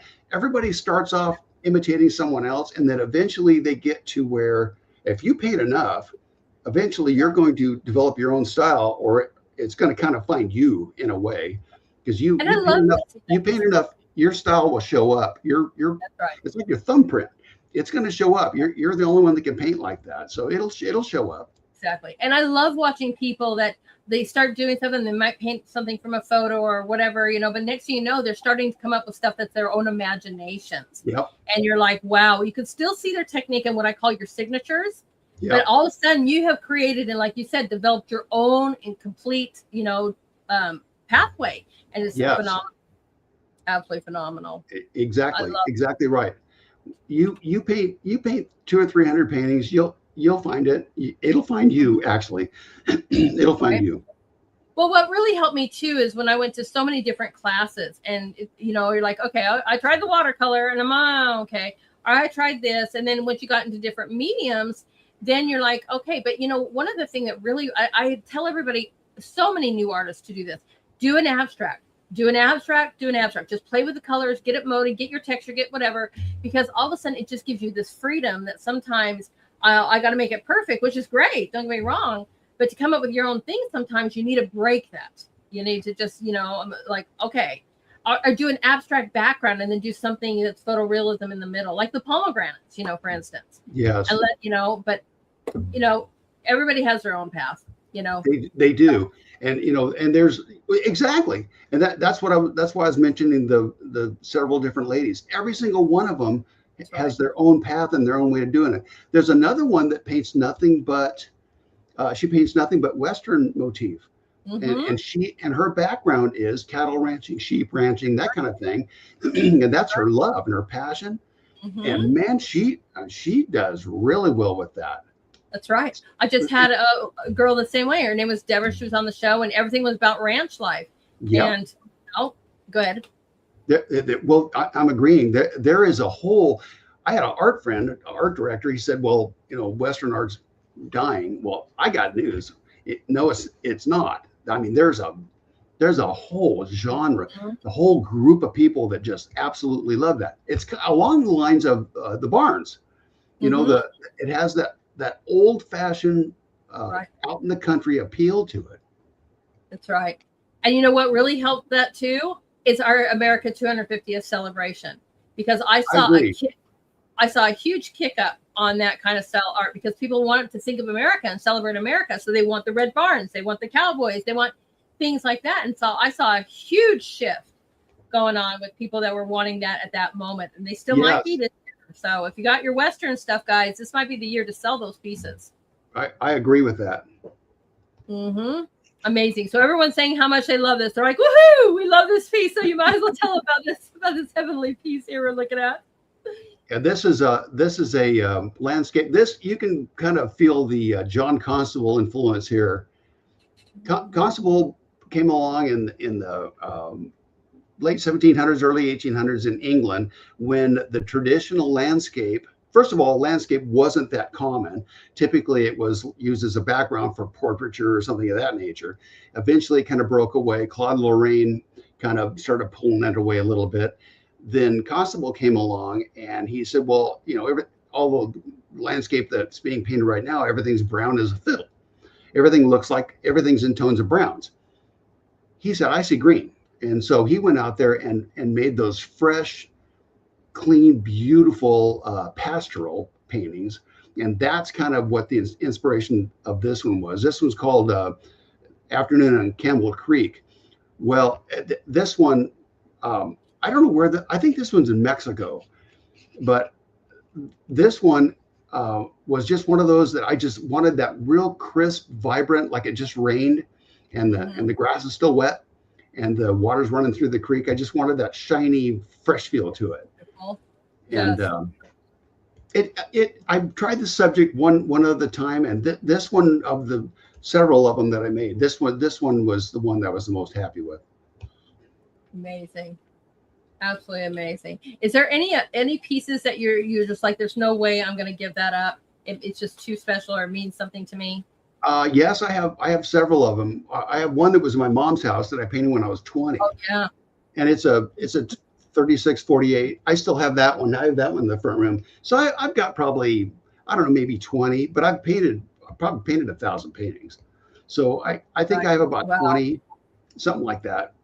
But I keep them around. But I've probably got 100 paintings hanging around here. So, it's not like I sold them all, that's for sure.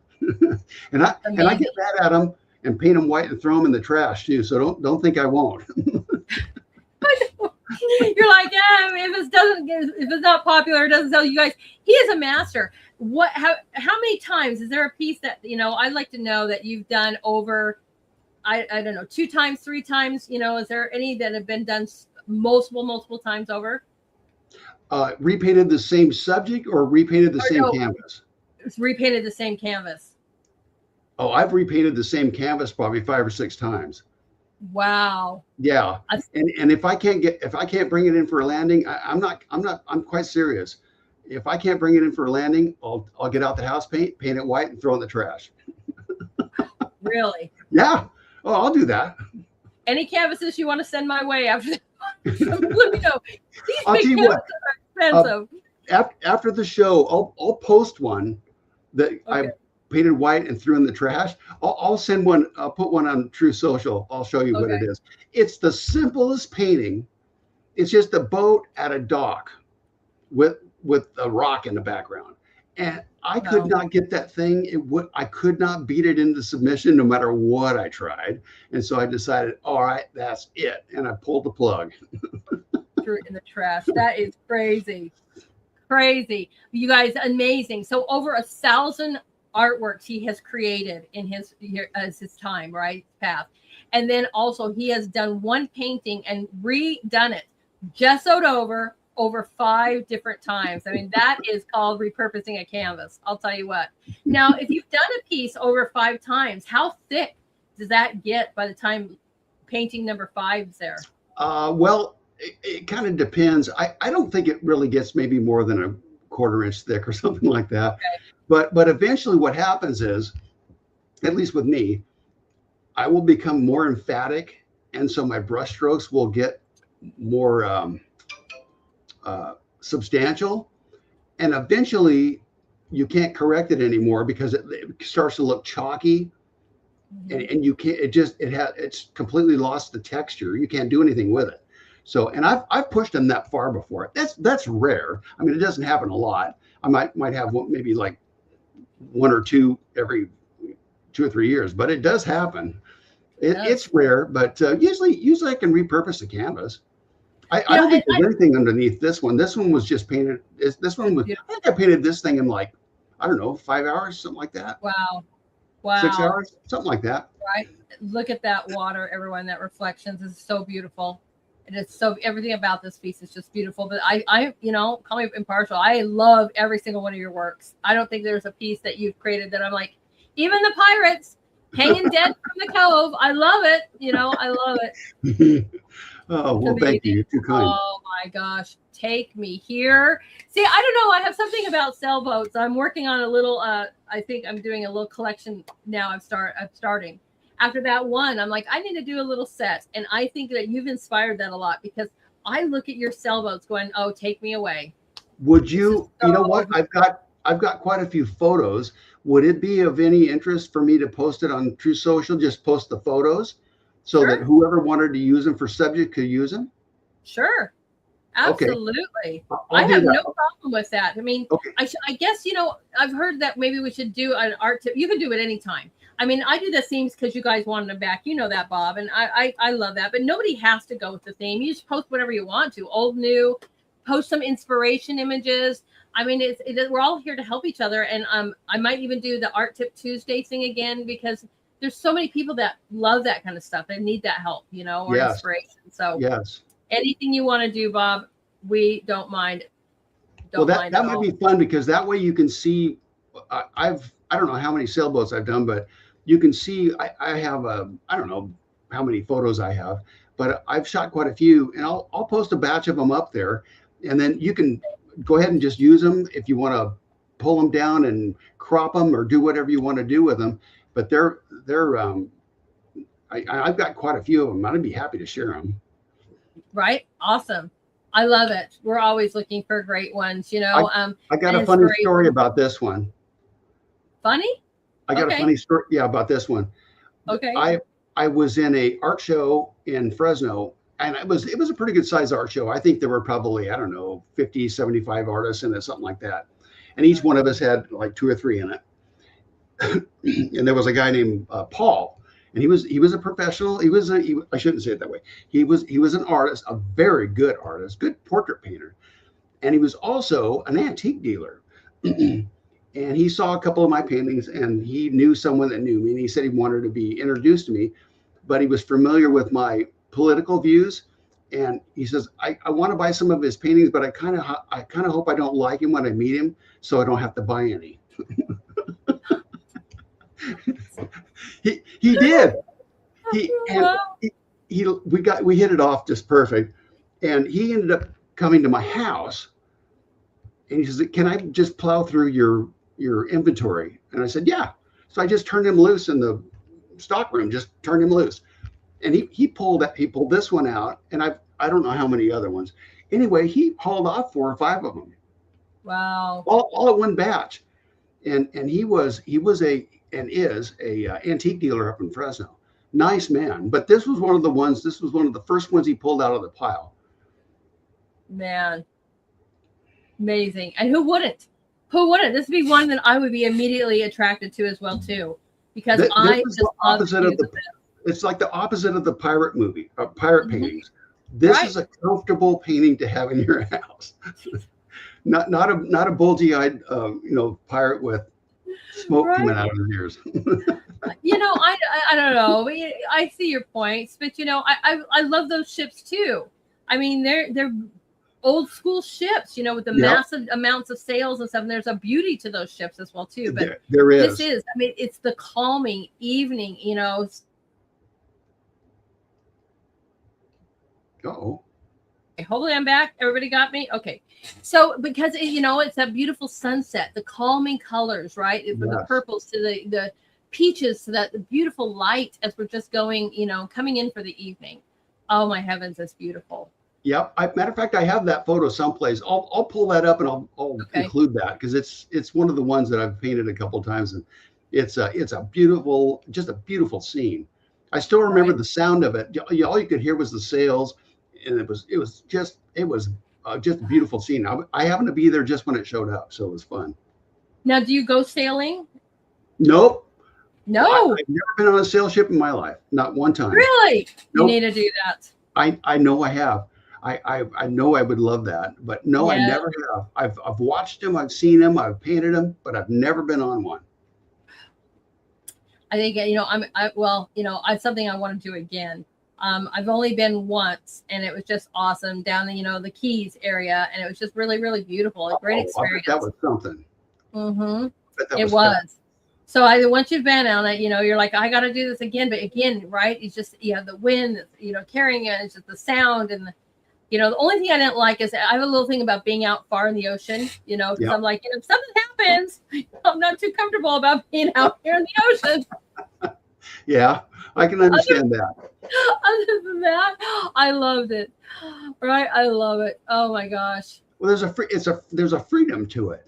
Mm-hmm. It's like being out away from everything. All the things that add stress to your life. You're completely out away from all that. That's kind of it's a freedom thing. Paradise. We love this feast. Yeah. Love it. Taking us back. So look at the light coming through this. Oh my gosh. Master of light and shadows, my friends. Look at this. I took this one. I stole this from Rembrandt. That's a good one to take it from. I don't think I did it justice, honestly. That guy was a master. Really? But oh gosh, I'd have to go looking for the original one. I painted it from a little reproduction that I saw of something that Rembrandt did right along these lines, and I painted it for a local art show, and a lady named Carol liked it, so she ended up with it. But it just trying to put that light, that energy, that light energy in there. That's what I was at, and that's what Rembrandt was really, really good at, is capturing that light, that energy that comes through there. But it was fun. I'm sorry about the photo. I did it quite a while ago. I couldn't find a better photo of it, unfortunately. But way too hard on yourself. Well, way too hard on yourself. You try to do the best you can. Right? Try to do the best you can. He's over here all humble, everybody, and everybody's like, good grief, this is phenomenal. I know, guys, it's phenomenal. I'm saying, holy smokes, this is phenomenal. And he's over here, it's not very good. Aren't we the worst to ourselves? We're totally the worst. Wow. I mean, it's amazing. Yeah, love it. well, Rembrandt did all the work. I just put my own version of it. That's kind of, I got to give the master the credit. I remember seeing. Now, how old is this piece? How old is this painting? I think I painted it probably 20 years ago, something like that, maybe 25, something like that. Right. But Rembrandt, I remember seeing his standing in front of his night watch at the Rijksmuseum. And something about that work, when you get to see it, well lit. Some of the artwork over there isn't well lit. That one was, The Rijksmuseum did a perfect job on that thing. And man, I'm telling you what, the life in that canvas, and it's a big canvas too. I don't know, I can't remember what the dimensions are on it, but it's a big canvas, and it is absolutely phenomenal. If you ever get a chance, you got to, if you're in Amsterdam, you got to go see that. Right. That is amazing. Absolutely amazing. And I always say, you need to go to museums in general. You really do. You need to, as much as you can, go to galleries, go to museums, when you're out and about in different places of the world, go and see the art, go see the street art. You need to see things like you said, because a picture is great, but when you see things and the way they light them and all that kind of stuff, it is unbelievably better. Unbelievably better. It is. It's a completely different experience. Right. Amazing. Love it. We love it. Just right. Invoking the old masters. That's right. You did a fantastic job on this one, my friend. Thank you very much. You're welcome. All right. Tell us about this one. That's just a little iris sketch. All right. And there again, that's one of those that you just use, just do your structure, line out your flower as you need to put him in there. And I wanted that color contrast, and I wanted that a little bit of a lyrical composition. Mm-hmm. And then I wanted the variation that I could get in the yellows. And that's where the different shades of yellow come in. That's where the orange comes in. That's where the green comes in. A yellow iris, when it first opens up, and when it's real fresh, when it's like the first day, it has a lot of variation of color in it. And there's greens in it. There's all different shades of yellow in it. Mm-hmm. And so trying to capture some of that was part of the fun with that.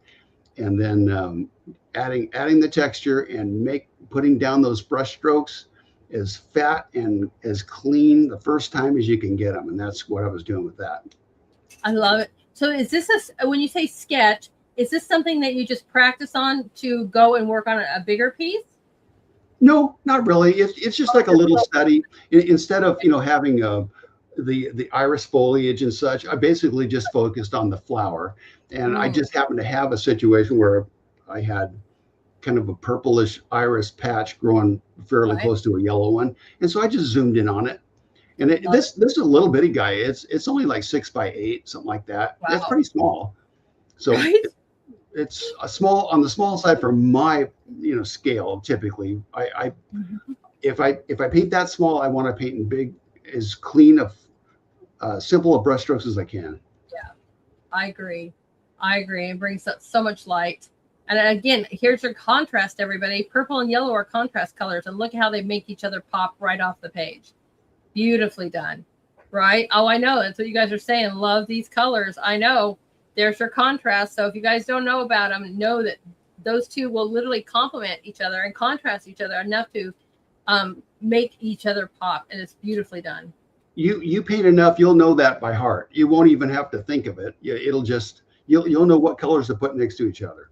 It'll just it'll be just like riding a bike. You're going to know exactly what to do. That's right. Absolutely amazing. We love it. I love the texture, and what a fun little study to do. You guys just play around. Sometimes it could just be a little tiny piece. I don't know if I'd ever want to be that brave, Bob, but might. A little canvas, get out a palette knife and brush and just have some fun, and look what happens. Amazing. Those are fun. Yes, they are. That's one of my most recent ones. I love the little karujis, the little walkways that go from the top of the village down to the water. And those were the little walkways they used to use to get away from the pirates. When the Saracen pirates used to come in there and cause trouble, they'd run off and leave all their stuff in their store and run up and hide in the hills. That's right. Well, where else are you going to go? Exactly. Right? Well, it's either that or you're going to get sold as a slave. They'll throw a rope over your, around your neck, and they'll drag you off, and they'll sell you at the slave market. So, you're better off leaving your pies in the oven down there and getting your butt out of town. It's awfully beautiful, though. The town is gorgeous. Well, yes, and that was a long time. That was a long time ago. So I'm sure back then they didn't have all the pretty colors and stuff like that. But That's Right. that's what this one. Now this photo was given to me by another professional artist lady named June, and Really. June was a lady that was professionally classically trained as a landscape painter, and she painted for I don't know how many years. Was absolutely, she's retired now, but she's an absolutely brilliant landscape painter. And and now her approach to art sales was the old traditional way.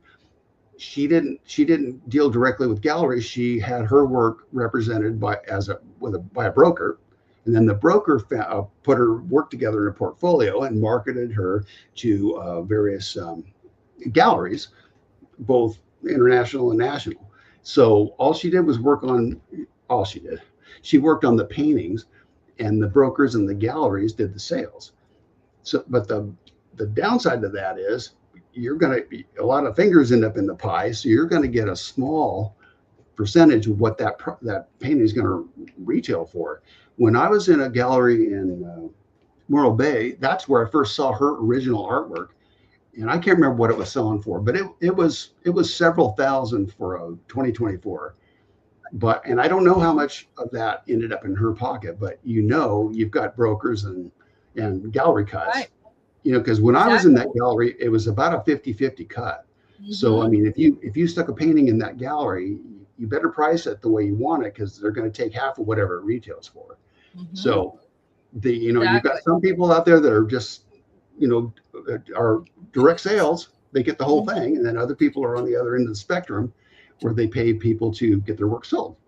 Exactly. If you guys can find a 2080 or even a 3070, that's a really good pretty much deal, because like you said, most galleries are 40, 50, at least. Yes. Very true. Right. Amazing though. Amazing. Or just sell it the way, if you can, Do you find art shows are helpful or not? Is it more community and connections, or art shows are better? I didn't hear your question. Is it more like community and connections and getting out there in the public and making those connections when you sell your art, or do you find that art shows are more valuable? I've kind of spread it out. I've done it a lot of different ways. I've had gallery representation. I've sold directly myself. I've sold at wineries. But all of these ladies that I've been talking about, some of them did go through galleries, but some of them just do direct sales. Like the ladies, the interior decorator, she does direct sales. So she gets the whole, she does the marketing, she has the clientele, she produces the artwork, and she gets the whole piece of the pie herself. She's a hardworking person. She's very successful at it. So I wish I knew the magic wand answer for that one, but it's a mixture of it. But I just don't think like art festivals, are like the worst, that I've seen.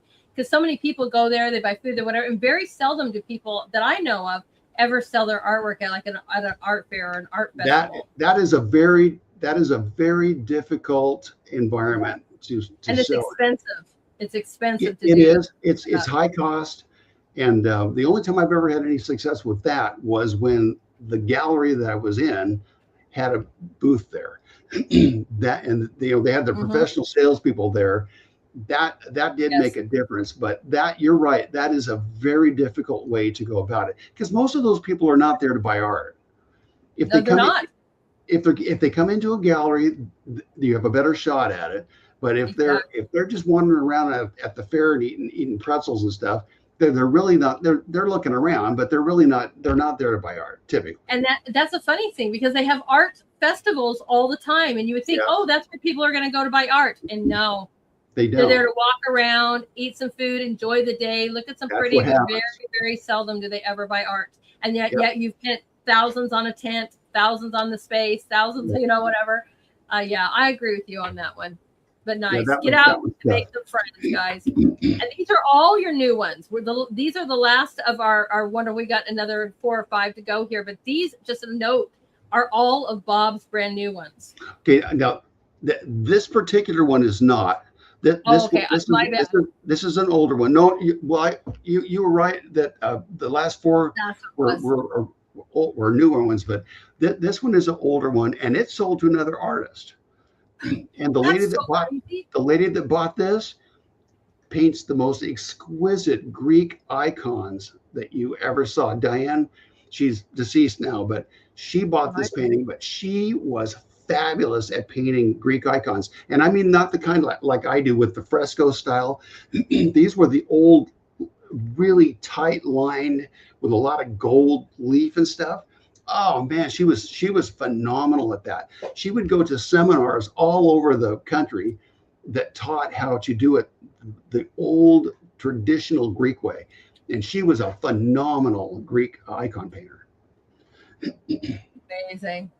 And you know how hard or how seldom, artists buying other artists' work, because a lot of times they just say, "Hey, I can make something like that myself." So when an artist buys another artist's work, I think that's the highest compliment you could ever give. It is a high compliment. But my reason in mentioning that is that like the 5 ladies that I've been talking about, every one of those ladies sells more than me. So if Wow. I can sell them, you can sell That's right. That's right.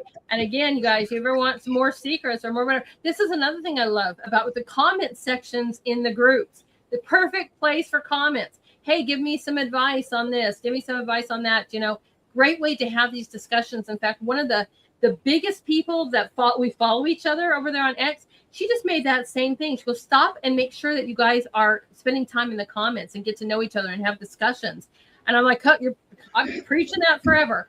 But if you guys want to know, how did you accomplish this? Or how do you sell some art or whatever, start talking to each other more in those comment sections. But, right, I love it. I love the contrast here between the purples and the oranges, Bob. It's so beautiful. It's a overall, it has a really warm feel to it, but the purple and the blue sky just cool it off just barely Perfectly. enough. But the contrast was fun, the shades and the highlights of the little warmer, brighter colors. But that was a fun painting. I think that one was a 2430. I can't remember exactly, but I was honored that she bought it. I love it. It's beautiful. And I just think number one, I think us artists, everyone, you guys are so hard on yourselves. Every one of you are just absolutely phenomenal. And I think that is exciting because we've got back-to-back phenomenal artists, guys. I mean, it's unbelievable. Every time I turn around, we got another phenomenal artist and another phenomenal artist. And yes, Ron's going to be here next week. Thanks for letting everybody know in the chat. He was a little worried about that. I'm like, no, he's phenomenal. And then we got Thomas coming in from Germany, guys, and he's new to our group. You guys have all seen his stuff. I'm like, it is just. I have seen his work. I like it. Your work. I know he loves you, Bob. Loves you. That's awesome. We all do, though. His work has that old world feel to it. I really like it. That's right. I'm very impressed with him. That's right, and he's going to be. And we just had Mercy from Nigeria here at midnight and 1 o'clock in the morning. It's going to be 4 a.m. for him. I'm like, I love our international artists. Wow. It's going to be awesome. Love this show, guys. Please don't forget to hit those follows, and shares because we want to continue to have art nights because it's so much fun. And we want everyone to know about our guests. So thank you guys so much for that. All right. This is a new one. Yes. No. Really? You put final on these, Bob? Do you know that you labeled them all final in the name? Oh, that's a dirty trick. Sorry about that. Oh, so I think all it means. I apologize. All it means is that I'm done photographing it, or I don't have it anymore. So everyone that said final, I put at the very end of the show. Oh, you did? Yes. Oh, there was one. No, you know what? You got the Vernazza one. That was a recent one. Well, it said final, and they were all in your last email to me. So okay, well, they're beautiful. No, that's my error. This one I painted for a gallery up in Fresno, and she couldn't sell it. But then my friend Paul ended up buying it. So she couldn't sell it in her gallery. And I don't know, she had it like 4 months, something like that. But I sold it to Paul. So this is a lesson that just because somebody has it in their gallery or they're showing it someplace or it's in a show or something, just because it doesn't sell, then doesn't mean that it won't eventually. So never give up on it. If you have faith in your artwork, and I thought this one was okay, and Paul bought it, and so I was happy with that. It But just has to reach the right person, because to me, I would exactly, walk in and I'd be like, oh, I got to have this. That's me. And I may that, have never seen it, but as soon as I see it, it'd be like, this is the piece I want. you're exactly right. You have to, there's a pair of eyeballs out there that wants to see your work. And the trick is to find them. And that, that the path to that is varied. So it's hard to know. It's hard to recommend exactly how to get there, but you're right, Lady H. That is exactly right. You got to get the right eyeballs, and then you got it made. Exactly. And this is why I'm so big about sharing, in our groups, because, all right, between my 8 different profiles, you guys are looking at somewhere between 10 to 15,000 people that might see it. And then you might have 1,000, and Nancy might have 1,000, and Frosty might have 1,000, and whatever. And next thing you know, but it's that one person we're searching for. And again, that might sound like huge, but can you imagine if all 700 of us shared? This artwork would be everywhere and anywhere, right? I mean, and so if we're helping you and you're helping us, isn't that the greatest thing? Is because somebody out there is going to say, that's my picture. That's my painting. I need that one. That is that, and that's the powerful element of the modern technology. I mean, really, truly, because Yes, you think about how many artists never had anything like that. They had no opportunity at all. Well, even 20 years, 25 years ago, there wasn't such a thing like that. You couldn't do anything like that. You had to go through a gallery or however you wanted to go about it, art shows or whatever. Right, exactly. And so you're just not seeing that, now with an international world. Like I said, last night we had a girl on from Nigeria, and people are seeing her work here, wanting her work in America. That's because of what we have now. It's such a beautiful thing. That's a lot of fun. It's powerful. It really is. It's very powerful. That's right. Absolutely. I agree with you, Salty. Sharing is caring. That's what we always say. This is fantastic. Too bad it's sold, because I'll be like, I need this. I need this one. Those are fun. They are fun. I remember you asking on this one, which boat would you choose? I knew immediately which boat was mine. It's the one all the way on the left. I'm like, the red and the blue one, that's my boat. With the yellow. You go. Yeah. It'd be the easiest one to get to too, because the dock's right there. You can just hop on that dude and take off. Well, it's also the most colorful, but it's got my favorite colors in it. And I just love that little hints of yellow around the red. And my 2 favorite colors are yellow and red. So those jump out at me, And they're beckoning to you. Right. That's right. The aim of this one is a different perspective than the other one, but they never, if you see these, they never sit still. Even when they're docked, even when they're tied to something, they never sit still. They're always moving, and that is really almost like the subject of the painting, because even when they're tied, they're still moving. There's still a lot of energy there, and that's I tried to do that with the water. I've studied Monet's water in Venice and also Turner. And there's a lot of energy there, even when they're just idle. And so that was really kind of, I thought the perspective was a little unusual too. Usually you see it more on an eye level right down with the boat. So that was kind of a fun thing too. But the water contrast, and this is all acrylic too. There's no oil in this one. Wow, that's amazing that you do both. I know your passion is oil, but this is really awesome for acrylic as well too, because I thought maybe this was going to be oil, because it has that same, again, his signature style in it. Yeah, it sometimes that happens. The previous gondolas one, that's all acrylic too. That's not oil. So sometimes sometimes you just get in a groove with a certain medium, and you're able to. Sometimes I start it with acrylic and then finish it in oil, because I'm not getting the edges and the lines and the tonal range that I want. And so I have to flip it over to oil if I'm struggling with certain parts of it. And then sometimes I can bring them in for a landing with acrylic. The sneaky thing about acrylic is the tone changes. As it dries, the tone I know. changes. Have I you? know. Is that you have that problem? I do, but then one thing I found out, and I don't know if you've ever done this, is what I glaze it. When I'm done with an acrylic, I will go over it with like a walnut oil and glaze the whole thing, and it pops all of those acrylic colors back up. And you're like, wow, it's really nice. I'll have to keep that in mind. Mhm. I've 'Cause it does. noticed that like the water, I thought I had that water nailed about 3 different times, and it just every time it dried, it would flatten out on me, and Exactly. it frustrated the daylights out of me. And I finally brought the highlights up about 3 or 4 tones higher than I thought they should be, and Right? as it dried, it darkened.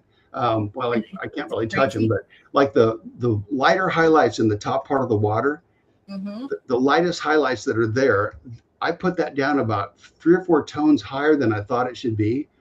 And as it Right? dried, it darkened, That and then darkens. it ended up landing where I wanted it to land. But I had to calculate that to do that. With And oil, you don't have to do that. Whatever you put it down in with oil, it stays there. days. And I saw that when I was doing celestial sailing and those clouds and how, how they just came out brilliantly white and that star came out brilliantly white by putting that layer of walnut oil over it and finishing it Interesting. oiled, it just popped it right up. And I was like, look at that. Just do a sketch Interesting. one, one that you're just going to play around, one is a little 8x10 or something you might want to throw away and just test it out. I'm But I going to saw try the that. same thing. Mm-hmm. What happens when it dries? Is it sticky? It ends up, it takes a while to dry, just like all your other oils, it takes a while to dry. Mm-hmm. But I could go and touch these when they're but I always glaze my stuff. Every single painting I do, whether it's oil or not, I will go over with a sealing oil layer just by itself, the whole painting. So, but Interesting. I'm going to keep that in mind. Yeah. I'm just, I love to paint more oil than I do paint on a lot of things, but that's just me. But anyway, well, that's your personality connection medium popping out. Because there are a lot of artists that have lived and painted in oil and didn't even know what acrylic was. Right. So we've got so many different mediums that we can use now that weren't available before. Right. I mean, they might have had tempera, right. but that's about it. They didn't have acrylics. I've never painted with casein either. Some people still do that. What's the other one too? I can't remember. There's another one that's similar to casein, but it's an old timey deal. But acrylic has its place. But don't try to paint an acrylic when it's 110 outside. Exactly. They had inks, which is something similar. Sometimes they would use earth tones and a little bit of water to give it a washy effect, but they didn't have anything like they do with acrylics. And now, like when I go do one of my statement pieces, all of that background that people assume are collage, that's all painted on the back. And then I go and I do my little, where's the eyes? And I do my collage pieces. And then I finish my paintings in oil because it has to be in that order because you can't do acrylics over oil. It's not going to happen. No. So I get it, but they didn't have anything like that. That's very true. But just like you said, using acrylic to lay out the tonal areas and work on your structure, your composition, that can be really helpful because you can just let it dry. And if you have to correct something, you can go right back to it.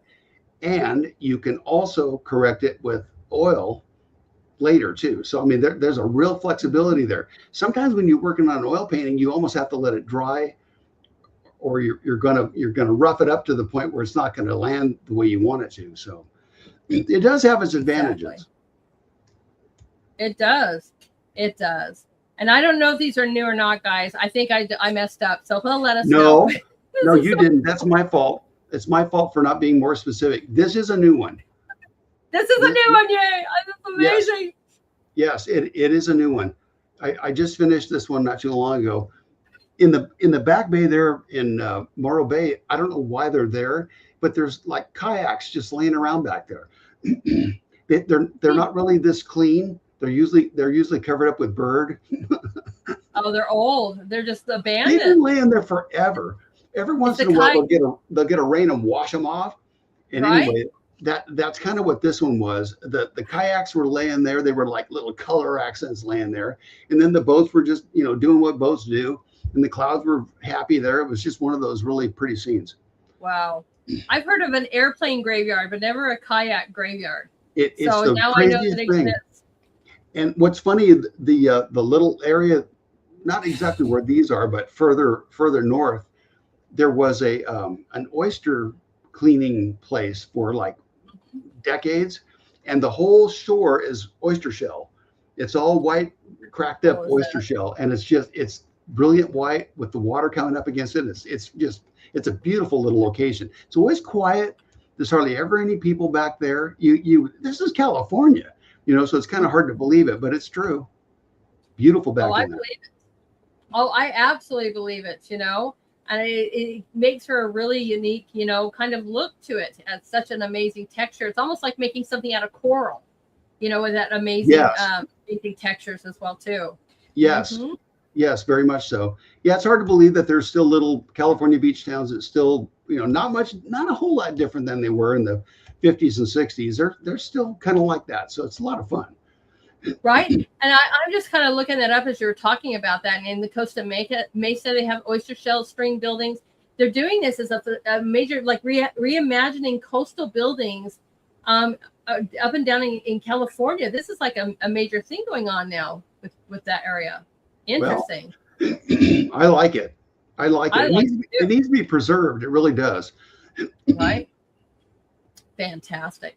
I was just thinking, like, if somebody took those kayaks and cleaned them up and turned them, painted them or whatever, you could probably really sell them, really well, and just like go and have a new little business and put your art on them. I love it when people just say the kayaks are going to be my canvas now, or that chair is going to be my canvas, or that, you know what I mean? I mean, we got a few of you. That would be awesome.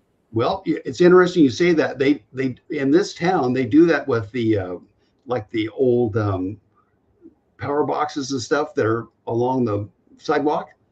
They Right? do that with that. So it's a fun little town. That's awesome. I love it. You guys are just, whoops, I think I cut off. That's supposed to be incredible. I know, Frosty. That's awesome and outstanding. I know it's this work. It's gonna be just every single one. I agree, guys. And it's the same thing when I'm responding to you guys. Everything is phenomenal, marvelous, outstanding, whatever. But I mean it. Yeah. I mean, there's only 50 ways to say you guys are phenomenal, and so there you guys go. I love it. Look at that. All right, tell us about this piece, Bob. That is the most recent one. You did good. And I'm sorry about the confusion. But No problem. I don't care. I love looking at your work.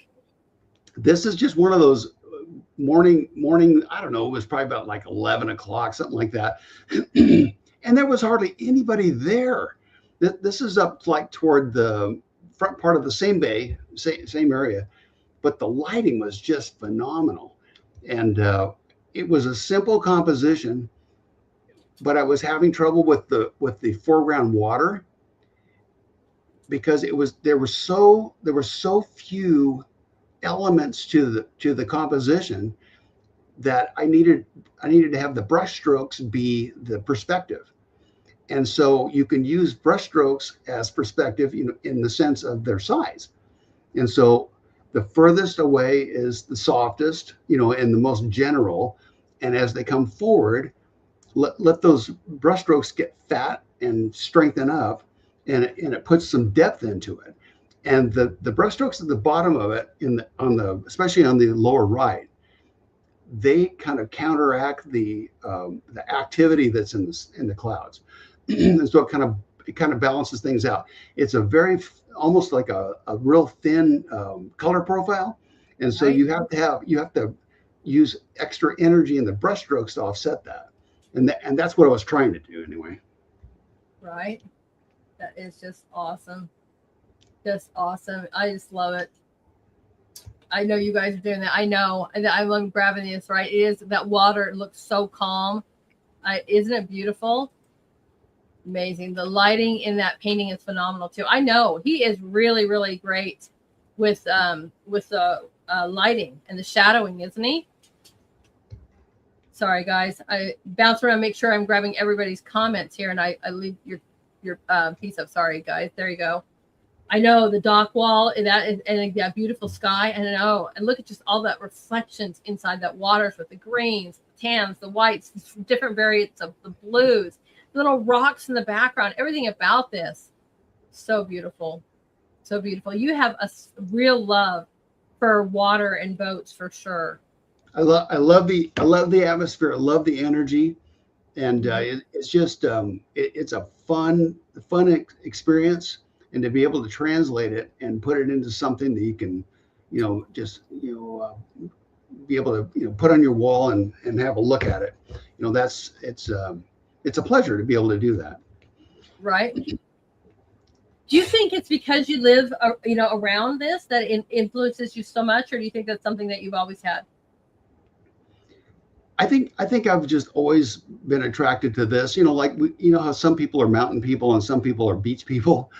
I love the mountains too, but given a choice, Right. I'd take the ocean or the beach any day. I Yeah. just I just Yeah. love the Beach is energy nice. and the vitality, and it's like every hour that you're there is slightly different. The Mm-hmm. wind kicks up or the clouds come over, or I've been at the beach when, or we used to hang out at a beach house in Cayucas just north of this. We've been there when Right. it's been stormy. We've been there when it's hot and quiet. And you watch the sun go down over the water. Because we're in the opposite end. You guys get to watch it come up. We get to watch it go down.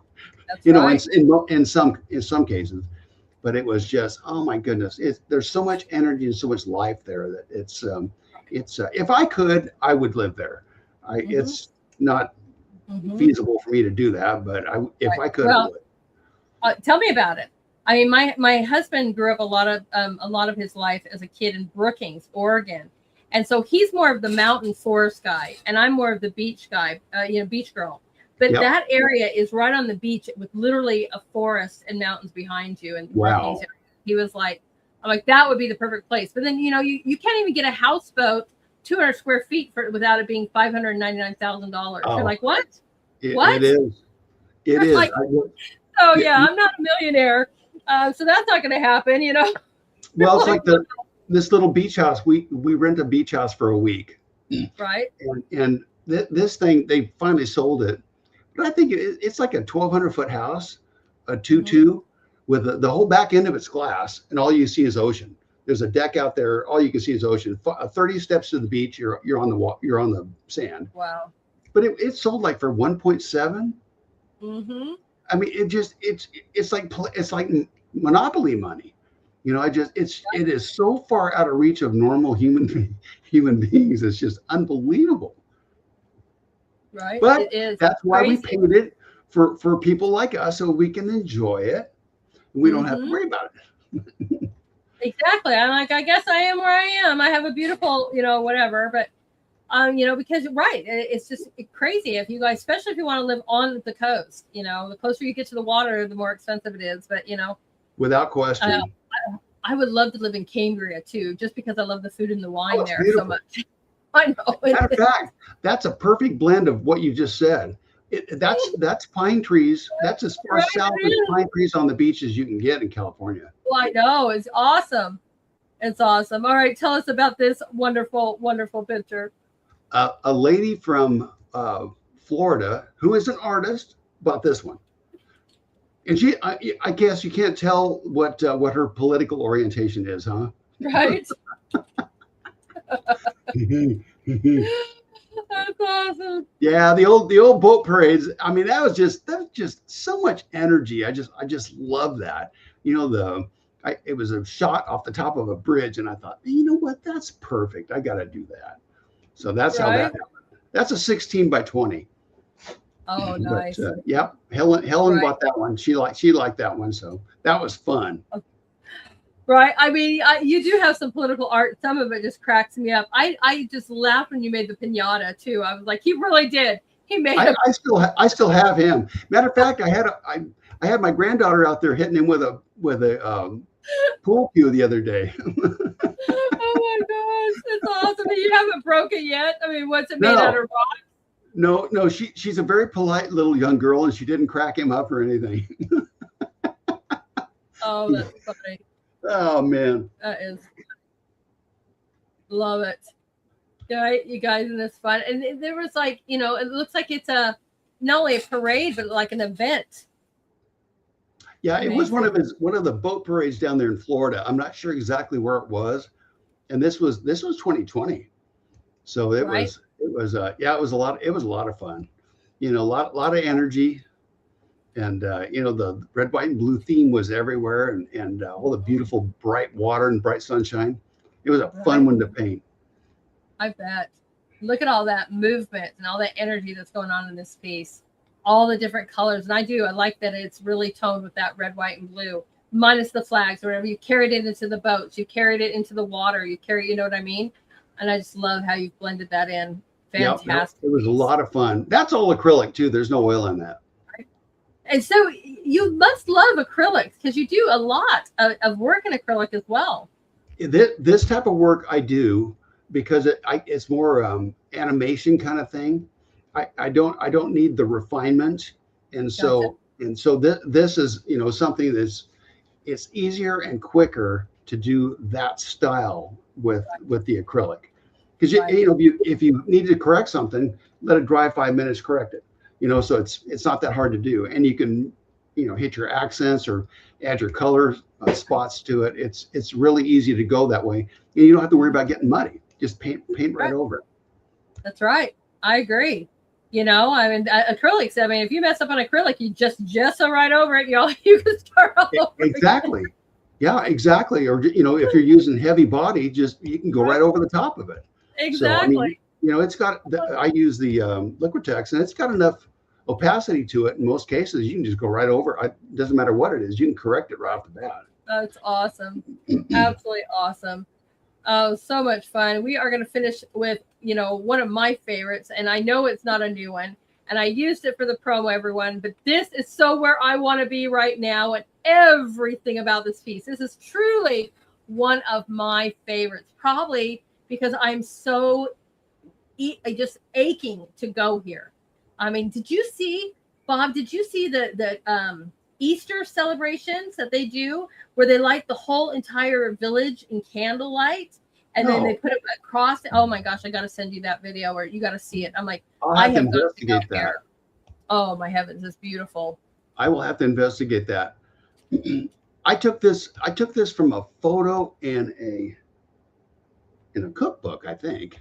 Did you really? Yes, and I've used it like two or three times, and this is actually a cropped version of a larger painting. So this one is I did this one, and then this one lives in Florida, and then I did another version of it, somewhat similar to it, and it's somebody in town bought it. But I just love the variation in color of all those. It's all white buildings, but the light is reflecting Mm-hmm. everywhere. You've got cool No. colors and warm colors bouncing off all the different things, and so I love accenting that, and I love the And it's energy and beautiful. the light and the angles. Oh my gosh. Nothing is straight. There's not Right. a straight street. There's not a all the walls are crooked. I mean, it's just so much fun to paint, and Mhm.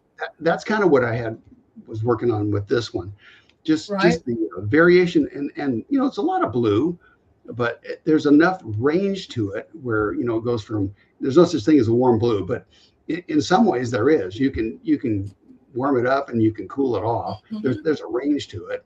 And so you can stick a green on one edge of it, and you can stick a purple on the other edge of it. So there's a lot of way to manipulate it. Plus, you can add your ochre or your hot Right. pink or whatever you want to in there, and just really spark it. Main thing is get your composition right, and then get your light. Exactly. I mean, white, believe it or not, white has so much color in it. And that's the thing because white reflects, like you said, all the different colors that are around it. The ocean, the sunlight. I mean, and there's so many great things. 100%. So, right, we know we're looking at a white church, but look at all the color that's reflecting in this. 100%. I mean, it's just so one of my favorites, Bob. Absolutely one of my favorites. If my dream, and if you guys want to come or two, but truly one of my dreams is to have an artist corner, get together celebration here. This is where I want to go you guys want to start a GoFundMe, please help, because wouldn't that be awesome? We all just go here. Artist Corner in Bays Santorini. Right, I would be so happy. Oh man, yeah, I might not come back. I mean, it's just No amazing. kidding. No kidding. Right?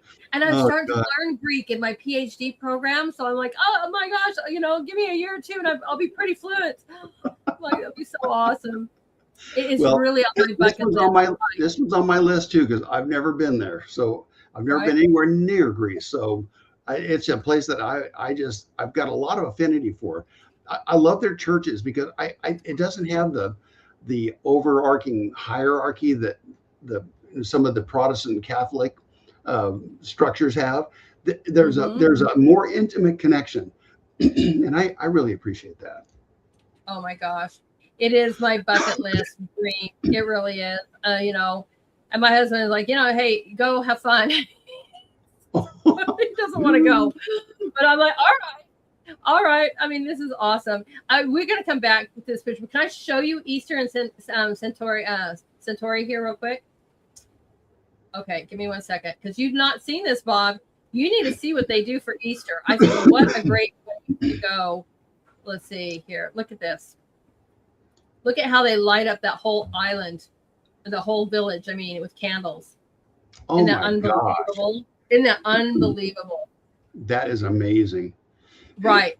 Just line the whole village. I got one more for you here. That is amazing. I know. I'm like, I want to go there for Easter. That's the highlight here. So, no, can you imagine standing in the middle of that? No, look at that. Wow. I just like, wouldn't that be the most special Easter that you've ever had? God. I know for me. Look at that. Right. That is fabulous. Mm-hmm. That's right. Can you imagine? No. Being right in the middle of that. Right? Can you imagine all of this, everybody, lit up by candlelight on the special holiday? Oh, my heavens. Goodness. I know. I told you. Well, you'd never forget it. That's for sure. You would never forget it. It would just be such a sacred moment, too, because there's something about that candlelight, too, that just sends that amazing feeling in you, that spiritual feeling in you as well, too. At least for me, guys. But I totally I might not come back. This is awesome. We love your work, Bob. Absolutely phenomenal. I hope that everybody, I know you guys love tonight's show. It is fantastic. Everybody, I want this piece. I'm sure, there's going to be a fight over this. Man. Oh, I love it.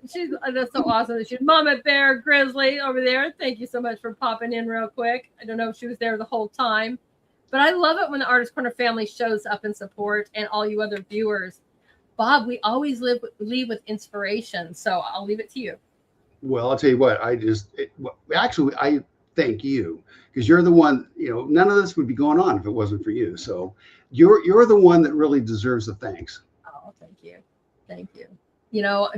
4 years almost, 647 shows.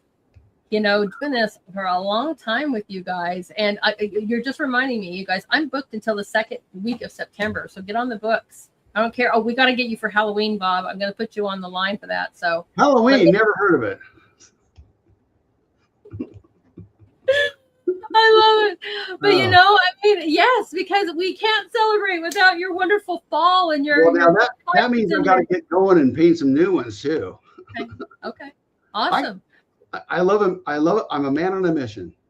That's right. Well, I love having you here. I love you guys all. You guys come back as much as you guys want to, but I'm starting to get used to you as the holiday guy.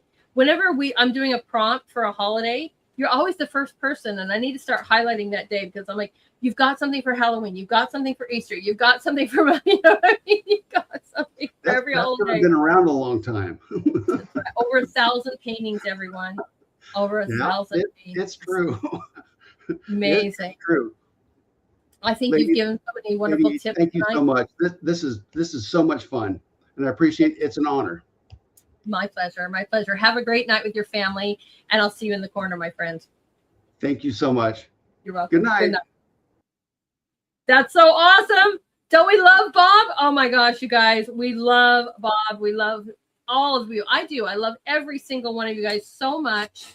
What a great weekend. I mean, it just, and more and more. Like I said, we just had Mercy from Nigeria. Bob tonight. Next week, Ron, who's in the chats right now, is coming, and Donna's following him. Just fantastic. I love having you guys in the show. Make sure you guys please do me a favor. Like I said, please hit those buttons, like, follow, and share, share, share. I guess I can show you that. Some of you guys were asking me about that. So let's go to show you what I mean by that. So let me do this. Okay. Load it up. So you guys, when I was talking about share, you know, a great thing here is you can hit this share button, and this is right underneath our show. So you guys, when I was talking about share, you know, there we go. Right here, you have the like button. Oh, 19. Come on, guys, 20. Let's hit those buttons. You have repost, and that's not it, or the comments, share. And then all you got to do is go, hey, I'm going to share this on Truth, or I'm going to share this on X. That's what I mean. And then when you're over on X, guys, you can also just share, because I share the live stream over there as well too. But we want everyone to come over to Rumble. We're such a wonderful family here. Thank you guys so much. So that's what I mean when I say like, follow, and share. We want the whole world to see that, you know, and share out our amazing guests here. And thank you guys for being so kind to every one of my guests, full of such beauty, compliments, and love. That's what makes us special. That's what makes this whole community special. So super excited about that. So tomorrow, everyone, is our Sunday reset. And I think we're going to pull that up. Tomorrow is going to be a great day, kind of partly inspired. It's amazing where I get inspiration from, right? So cool. But tomorrow, let's see, where is my promo? Okay, let's load that up. Love this. So tomorrow, let's get this up here. There we go. Tomorrow, everybody, we are talking a little about kindness. Why is that not in there? Let's add it to the stage. There we go. Tomorrow, we're kind of talking about kindness. We're starting off with continuing with our disciples. We're going to learn about the amazing life of Matthew. Did he face a lot of kindness? What was his life before he became a disciple of Jesus, right? How was he viewed after he was chosen? Were the other disciples kind to him? How did that change? And what did he learn? So we're going to learn about the life of Matthew as we've been following all the different disciples. And we're on disciple number 4. And then talking about what does kindness really mean? Then we're going to sit there and go into some of the basics so you guys know and get to learn how to make some of these so we don't have the chemical food that we keep talking about. Learn how to make your own sour cream, butter, mayonnaise, and so forth. That won't take very long. And then we're going to finish our night with an amazing movie, and I will let you guys know what that is tomorrow night. So please join me tomorrow for Sunday Reset as we feel your soul, your body, and have a lot of fun together. So that's what's up for tomorrow. I'll be sharing that promo as soon as I am done with the show right now. You guys can help me share that promo, which I see and I appreciate. Right over there, please give me a follow and share. You guys can follow me at Lady Hamilton AR1 on X or Artist Corner TS, but mainly my main account is Lady Hamilton AR1. You can also follow me on Truth, Gab Pilled, Lady Hamilton Art. Let's give some love to this crew. Amazing. Thank you guys so much for sharing out and how I found I could tag you with my promo, so that's awesome. So my amazing team. Not only do I have the best viewers, I have some great, outstanding moderators. Thank you so much. You guys are the best. Let's give them some love. And thank you for all that you have done to help out with that as well. Okay. Oh, I didn't even get. Wow. I've been so busy. I didn't even pick out our final song today. Let's go do that right now. That's awesome. That is so awesome. Let's see what we've got here going on with Keith Fiala. Oh, yes, I found one. I found a good one. Dream of Me. That sounds perfect because he's coming back in September, an amazing saxophone player. Just awesome. And he's got a song, since we're all dreaming about going on vacation here, we're going to finish off with Keith's song, Dream of Me. I cannot wait for him to come back. So, you guys, let's load that up right now. Thank you guys so much for joining me on this wonderful night, right? Everyone, please do your best to have a beautiful and blessed night. Thank you so much for joining me. Thank you so much for letting me be a part of your world and you being a part of my world. Thank you for being so kind to my guests. My heart is full of gratitude and love for each and every one of you. And most of all, everyone, don't forget to be the light. Together, we can light up the world. Everyone have a great night, and let's all go dream about the beautiful visions we saw in Bob's painting tonight. Everyone have a good night. I'll see you all tomorrow.